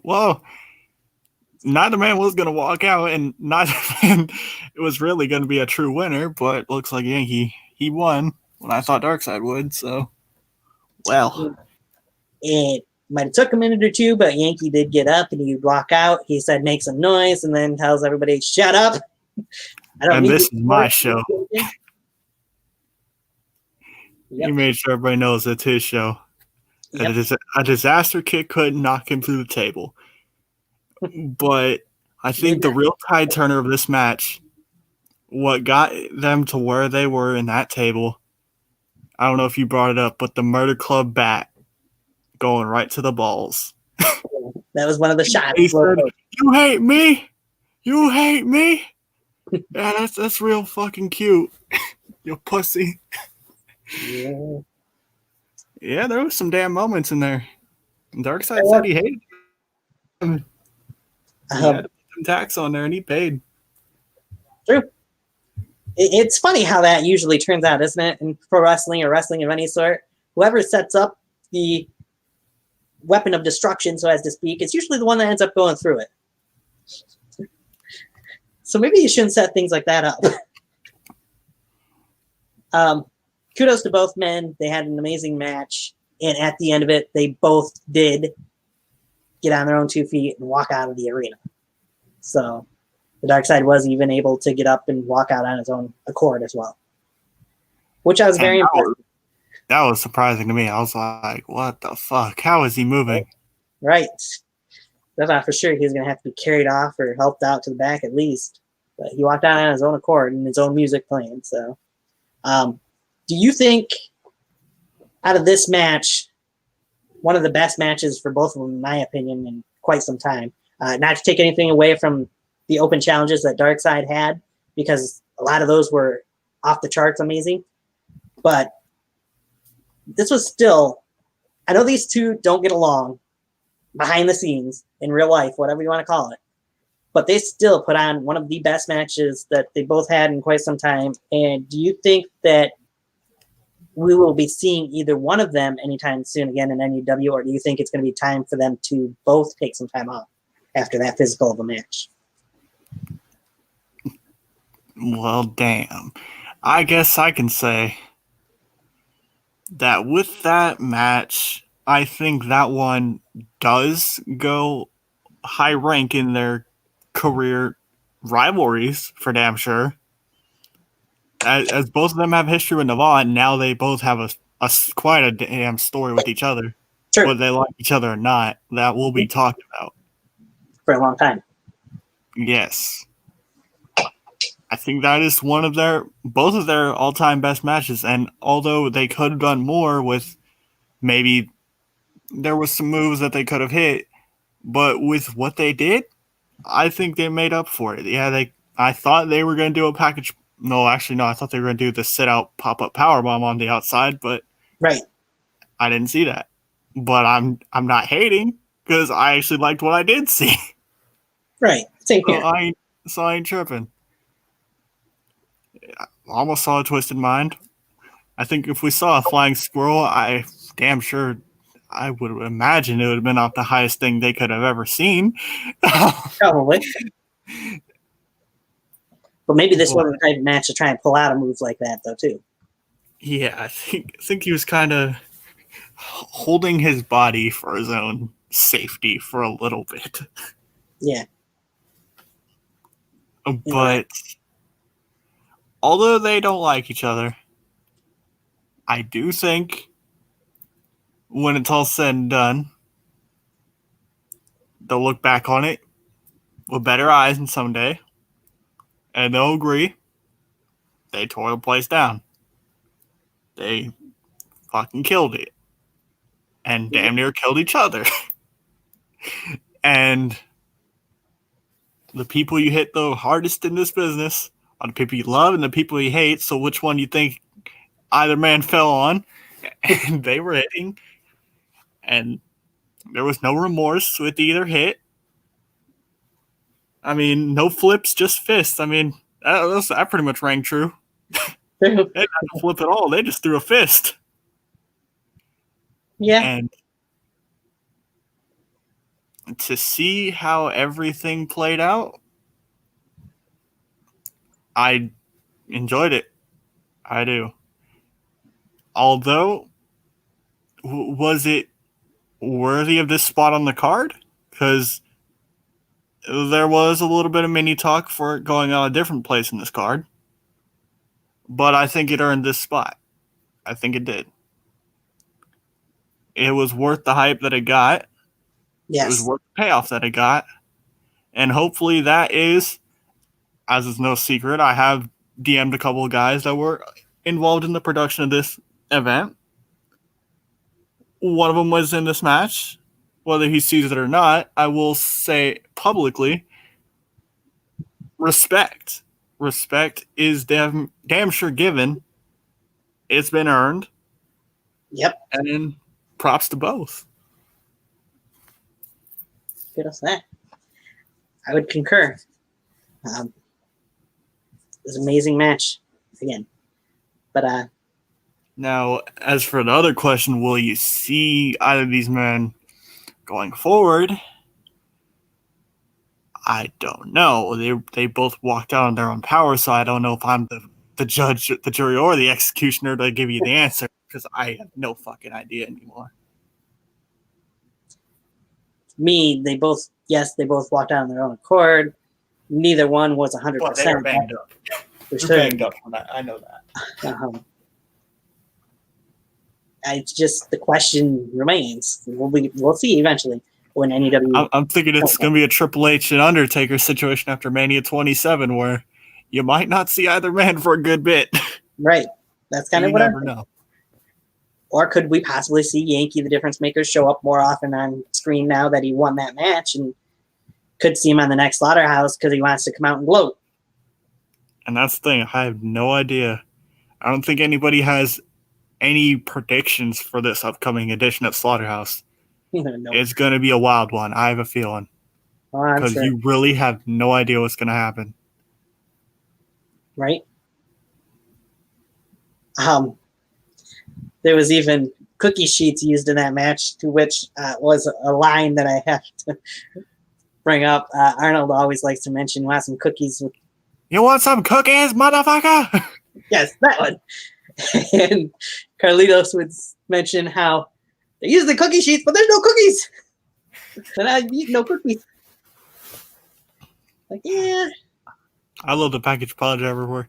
Carlito's all, oh my god! Oh shit! I lost it. I'm all, oh man, only Carlitos. Only Carlitos. Right? Such a chairs, cookie sheets, kendo sticks, glass, kitchen sinks to the skull. I don't even know if we mentioned that part. He got a kitchen sink kicked in his face. Yes. Oh my. Said, this man's going to end up being one-eyed like me. He was close. A sledgehammer. Oh my god. That was the other almost death mark that I was going to mention. Yes, Yankee did hit Darkseid in the head with the sledgehammer at one point. After that, he was aiming for his head again up against a wooden slab, and Darkseid managed to move out of the way of that one. Otherwise, that would have been the end of the Darkseid. He would have been turned into fucking pulp that you could drink. Yes. I mean, oh my, the Van Daminator, Van Dam Terminator, whatever the fuck it is. Oh my, that was. I mean, yeah, you could have seen more false finishes, but it really didn't even need that. No. The Van Daminator. This isn't a typical wrestling match. It's a fight. You gotta do whatever it takes. Don't matter if your move looks clean or not. You just gotta do what it takes to win. That Van Daminator was another spot that had me laughing at the commentators too, because Arnold mentioned the Van Daminator was by the Darkseid, and Carlito says, "No, I thought it was by Rob Van Dam." Like Rob Van Dam would be on our programming, pretty much. It was great. It's great having Carlitos back, as he always throws in his qualms, whatever you want to call it. Makes things more funny and enjoyable from the commentary side, in my opinion.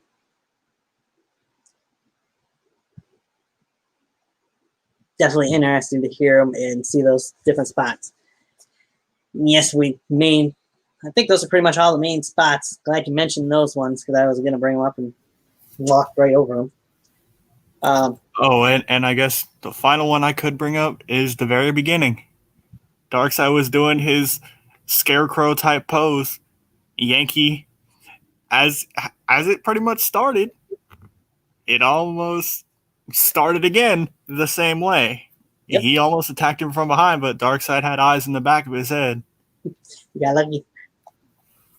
Darkseid was lucky there. Poetic justice, let's just say. Very poetic. Definitely built up to the hype, and I think even though we had to wait a long time for this Fight for Freedom 2 event, I think it lived up to the wait, and it was well worth it. I think with this next match, and then you could really talk about the event overall, I think no matter how long you waited, it still lived up, if not exceeded what you thought it was going to be. Right. And who knows when the next edition of Slaughterhouse is going to be, but when it is, it's going to be unpredictable, just based on what we talked about already. Right. After we seen the Darkseid walk out on his own, we'd go back to Arnold and Carlitos in the studio, talking about that match, recovering from that match, and then they would talk about the main event, where Carlitos would mention, hey, we could all be out of a job here if Navon McDonald loses the NUW Undisputed Championship, because Chris Idol could take that title and go back to WCF, and we might not ever see it again, which is a good point. Well, at first he was like, wait, we have Baltimore guys now? We have Maryland guys? You guys have Baltimore? Yeah, Carlitos, he has to be brought up to speed, I think. Just a little bit.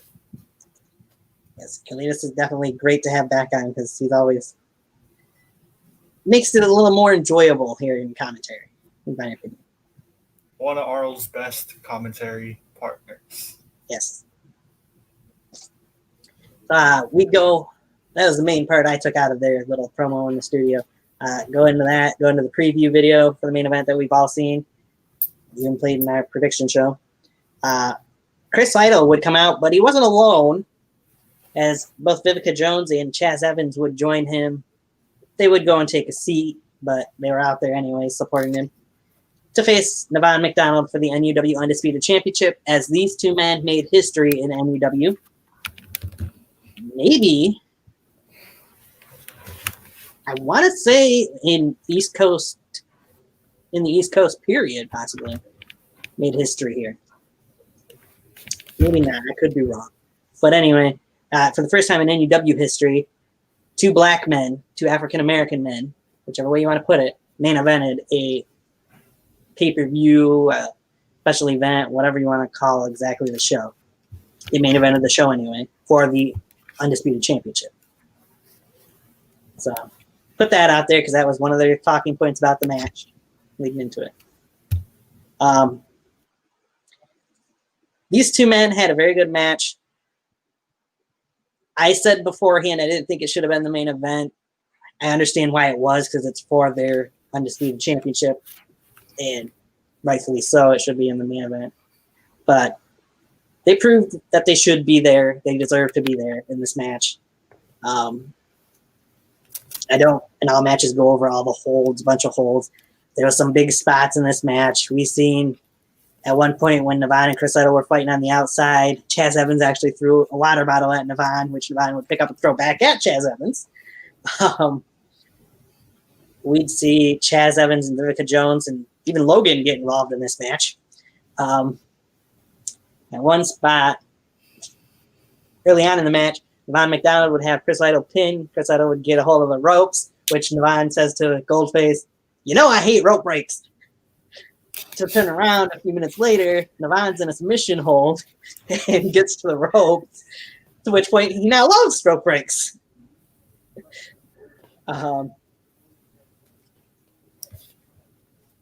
There's a couple big spots in this match. What do you have to say about it before I get into those big spots? The early parts of the match. Okay, well, Chaz Evans coming out. He said on Upshot that he would be accompanying Vivica Jones and Chris Idol for this match, just in case. Yep. WCF all the way. He had to make sure he had his back. And Logan, I think that was deep into the match, but still, they almost had a WCF just gang warfare on Navon McDonald, and it's because he was running his mouth that whole time. Not Navon. He'd never do that. Oh yeah, you're right. He didn't call Vivica a whore or anything. No. You're hearing things. Man, Arnold on commentary, he's all, "Oh no, he didn't. He just called her a whore." Oh shit. Yeah. Of course, with that, Carlitos had to bring up Trishelle again as well. Oh yeah, Trishelle's a good woman. Good to Carlitos maybe, but not to Arnold. Shit, she good to everybody. She takes Arnold's money. She doesn't pay for his eye surgery. Yeah. She's good. But these two men hit a bunch of moves on each other. We've seen the Soul Train from Chris Idol, which Chaz Evans hit a version of in the Scramble match earlier in the show.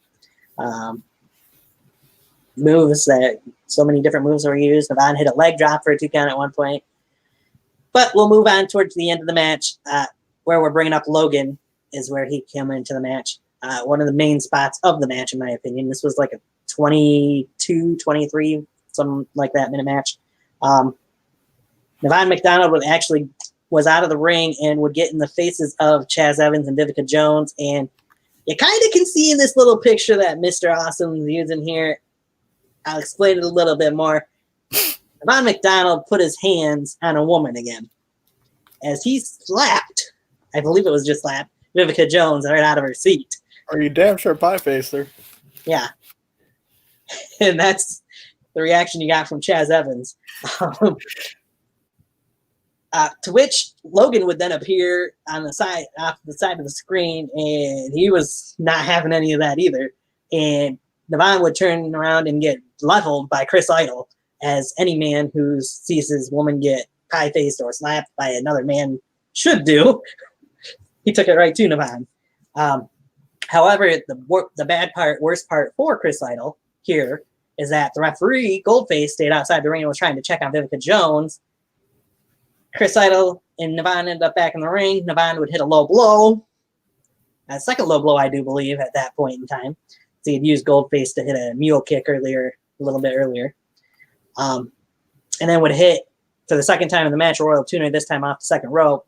But Vivica Jones would keep the referee's attention. And Navon was not having any of that. He was pissed off, to say the least. After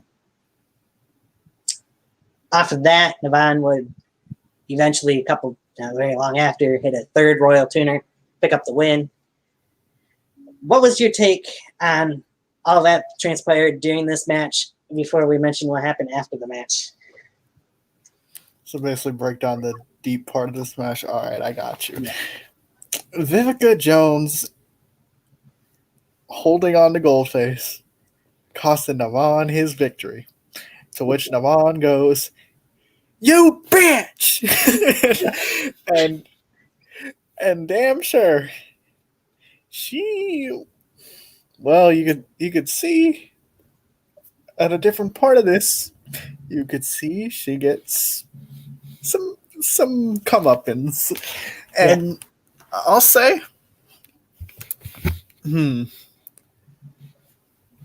this match was very back and forth. I'll give it that. Mm-hmm. Like, I was of the opinion that Chris Idol was going to pick the victory. I was wrong. But I was right again.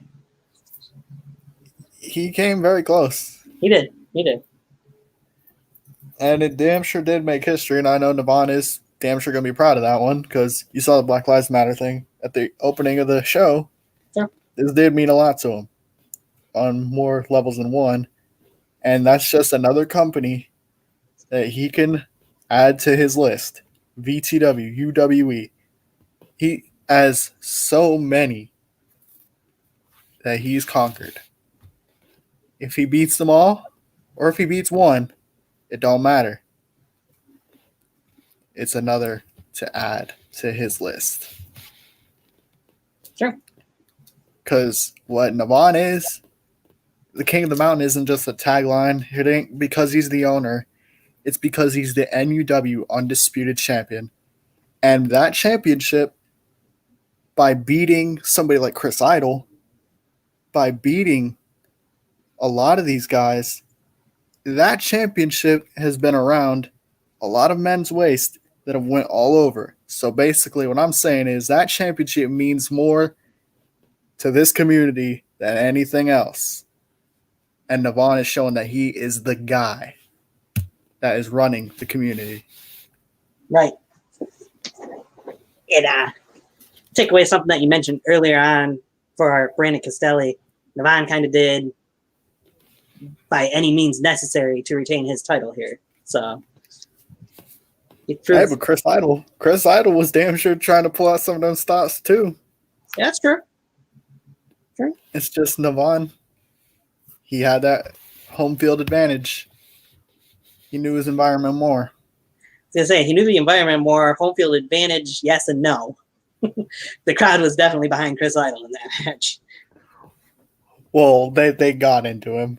At the start, they were not too happy. They weren't really happy with either man. Yeah, sure. But Chris Idol wrestled his heart out, and he came so close. Very close. That was Navon McDonald's first title defense as well. Keep that in mind.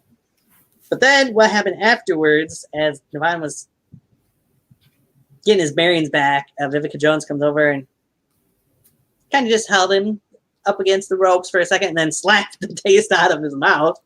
I think we've seen, as Arnold pointed out, a different emotion, so as to speak, out of Navon McDonald after that slap, though. Oh, what are you talking about? That didn't happen at all. Sure it didn't. Ask Everett Creed. He knows. He knows the difference. So he claims. Yeah. Navon's perfectly fine. Yeah, he was just angered. Very angered, and then realized, oh, wait, I'm outnumbered 3-on-1. He thought he was going to get a kiss. I guarantee you that. He thought he was going to get something like that. I'm sure. But but no, he just got a hand across his face. And got told never to put his hands on her again. Unless she's beat him before, she'll do it again. To which Navon was wise enough Definitely to don't bring that up to Navon anytime soon, please. Yeah, I don't think Navon would be too happy to hear that. Mentioning. Well, actually, no. Navon, he might forgive you, but he might never forgive you because he'll be the one to tombstone your ass. True. That's right, your ass. We would then go on to see Navon head towards the entranceway where another WCF member, the WCF champion actually, at that point in time, I don't think he is nowadays, but Damien Fatale would come out and celebrate with him, as those two are, of course, buddy-buddy. That's how we pretty much end the show. Those two celebrating at the top of the ramp, and Navon would tell the crowd and tell the guys in the ring, F you, at the end. As the three other WCF members were in the ring. I was surprised we didn't see Damien Fatale more in this match. I was surprised. Well, in a way, yes, and in a way, no. I mean, Navon did say, well, not that you can believe Navon, I suppose. Yeah, you're taking this man his word? Yeah. That's what I was just saying. Can't take Navon by his word, but he did tell Damien not to come out and that he didn't need his help. Because he thought Damien did a poor job as a referee in his match against Vivica. Yeah, that's probably why. But I don't know. I think this match was main event worthy. I think so. They had odds considering the stat card that they were on, but I think they prevailed, in my opinion. Yeah, I'd agree. So, what was your overall take on this event? And that's other questions from there. Well, as I said, I thanked those that were in production of this. There's been a lot of people in production of this. No, sure. Trying to get things going, and I think it delivered. No matter what you could say, no matter who you hear from, no matter anything, NUW delivers on screen no matter what. It don't matter what you do off screen. NUW will always deliver on screen no matter who's there, who's not. It don't matter. And I think this event proved it. They can go on a severe hiatus, which has been done in the very past. We've seen that. Mm-hmm. But when they came back, they delivered. I think the case remains here. Once again, NUW delivers.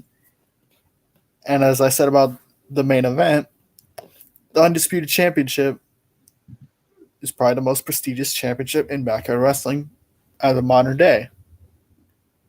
NUW is the place to be, like it or not, to anybody. I mean, that's why some people can have more views, but guess what? Those guys with those views, and yes, I am taking shots here, it's kind of funny to me how you have those views, but you're still trying to come up to Newburgh.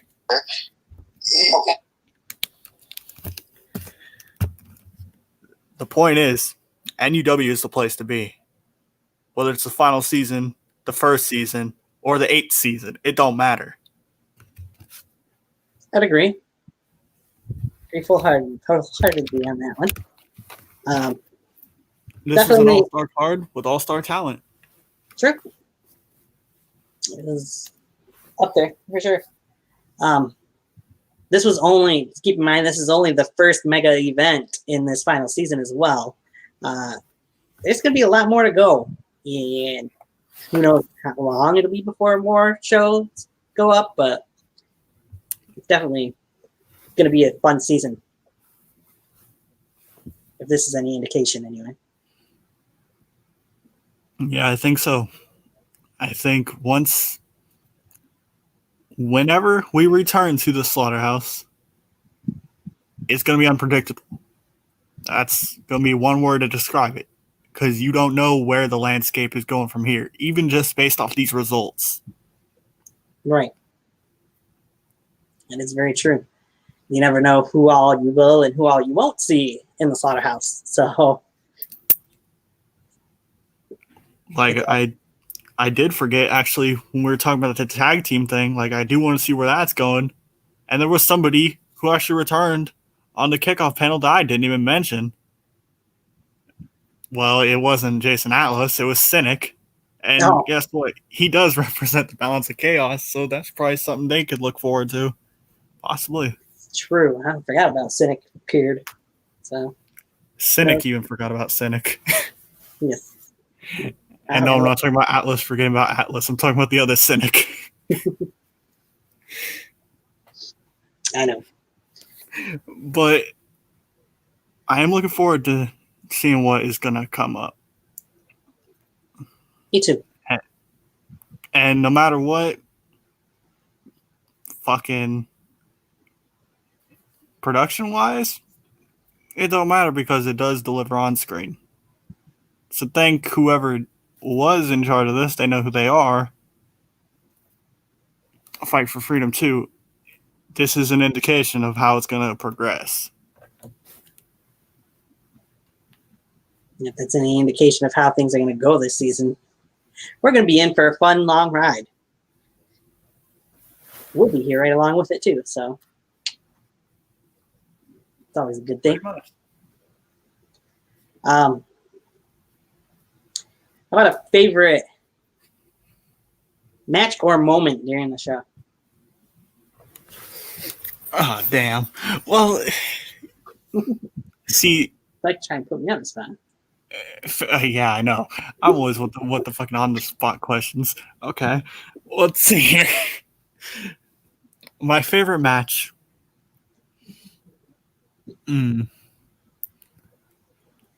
See, I'm not the star rating Meltzer guy.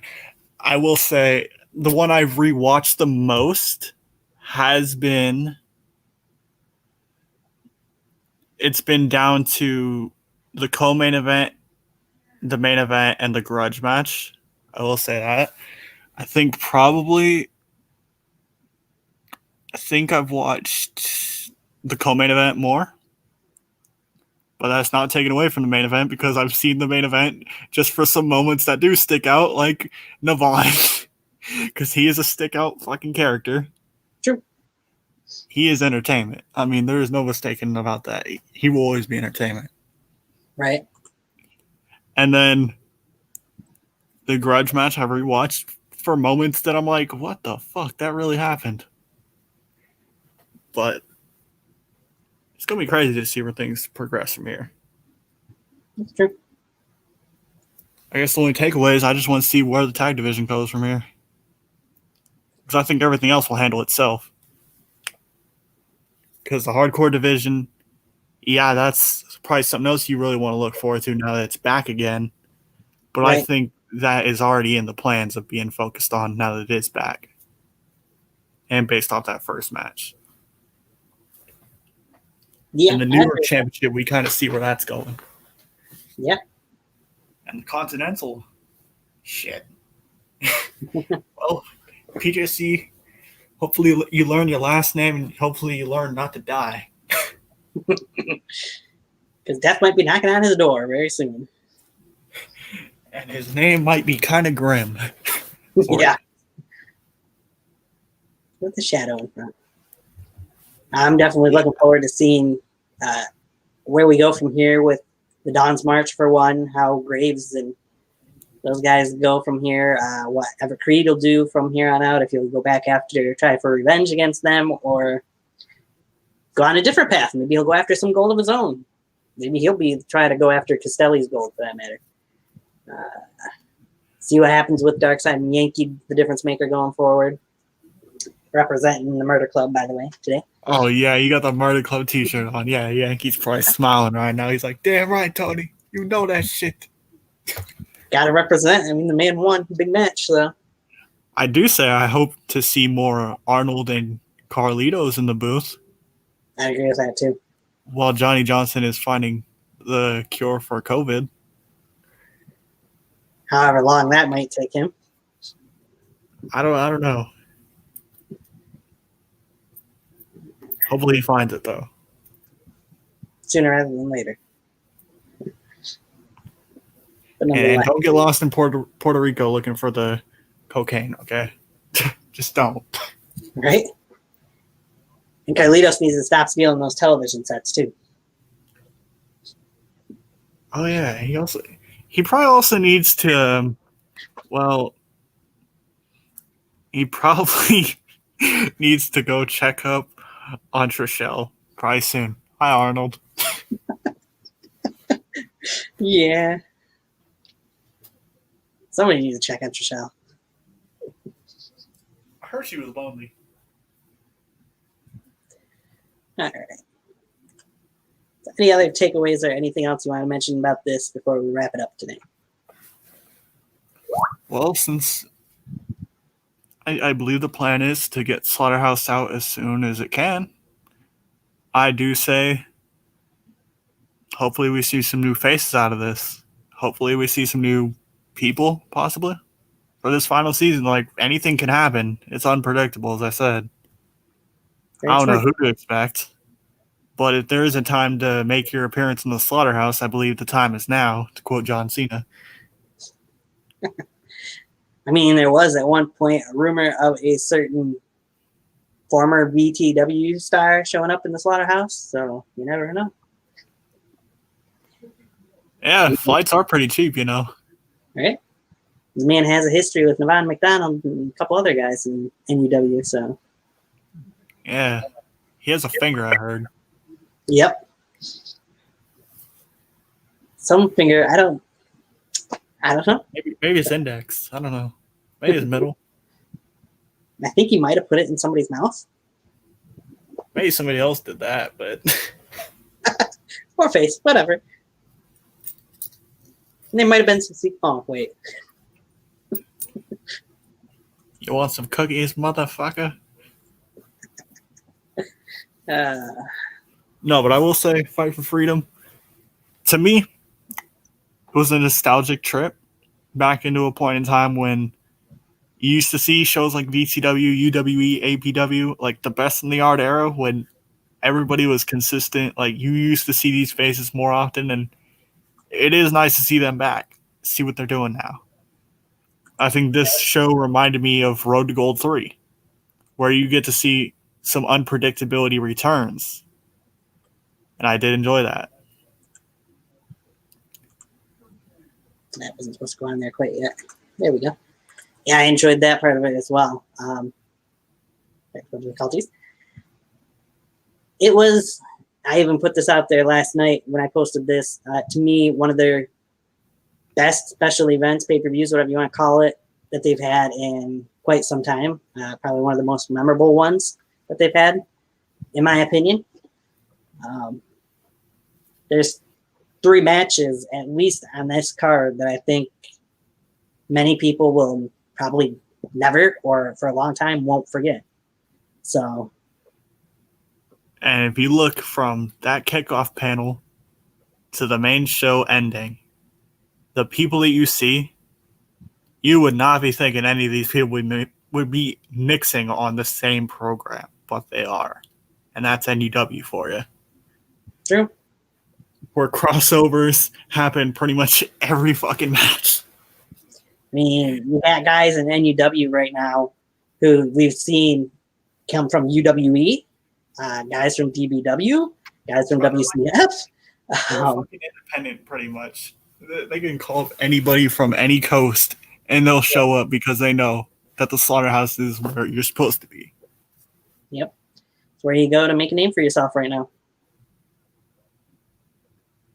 If you want to be a household name.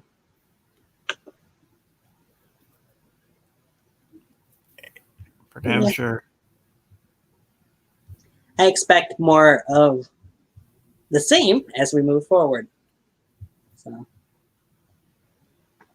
I know I agree with previous pay-per-views that they've had, I don't think they've had quite as many matches that were built up towards as much as this show was. I think that's part of the reason why this one kind of sticks out.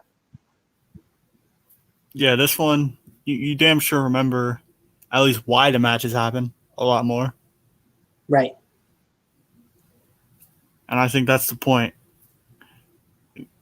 Just like a tagline that goes in New York, it's called Never Forget.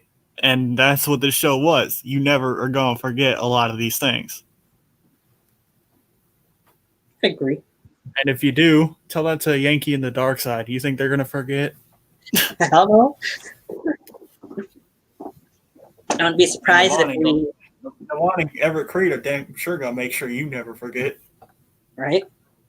Now, we'll never hear the end of Creed winning that match, whether he goes out for 5 years ago. It was a hot summer day, I tell you, and I whipped Chris Idol's ass. Yep. No, I'll make sure you remember that, too. The juicer, as Carlitos kept calling him. He was juicing even during the match. That's tough. Yeah. Well, that's all I have to say about it. Good. I think that puts a bow pretty much on Fight for Freedom 2.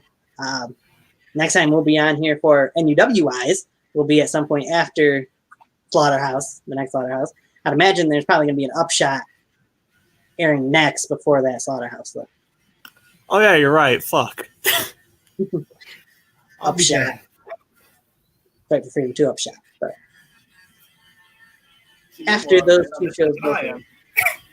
Huh? You're more up to date on this shit than I am. I fucking forgot about the Upshot. We haven't seen Upshot yet for Fight for Freedom, so I'm sure that'll be there first. Well, tune in to the NUW channel. Tune in to Tiger Talks Wrestling. Yes. And tune in to America. After those two shows, after Upshot for Fight for Freedom 2, and then Slaughterhouse episode 31, then we'll be back on the air for NUW programming for ourselves here. Tiger Talks Wrestling will be live again. Maybe sooner than that. Next Friday. Oh, shit. As I will have a TakeOver and SummerSlam prediction show. Did see news today, by the way, since I'm plugging that a little bit. Starting on after this upcoming Monday, WWE is going to be moving their shows to the Amway Center in Florida, in Orlando, Florida, instead of doing them in the Performance Center. Doesn't look like there's going to be crowds right away, but TakeOver will still be in Full Sail University next Saturday.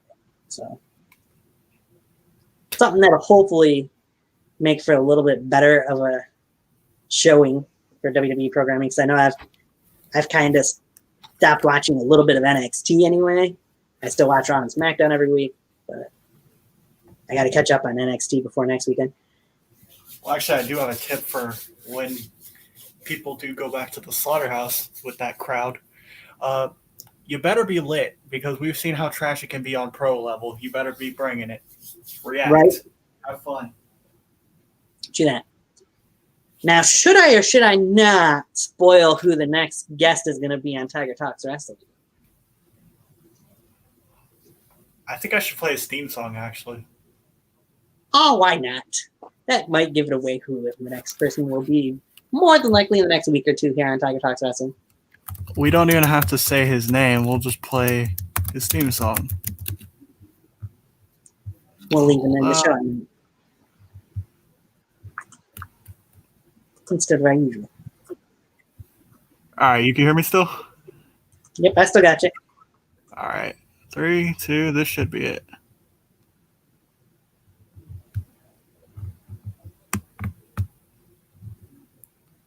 All right, let's see. 3, 2. Next guest on Tiger Talks Wrestling is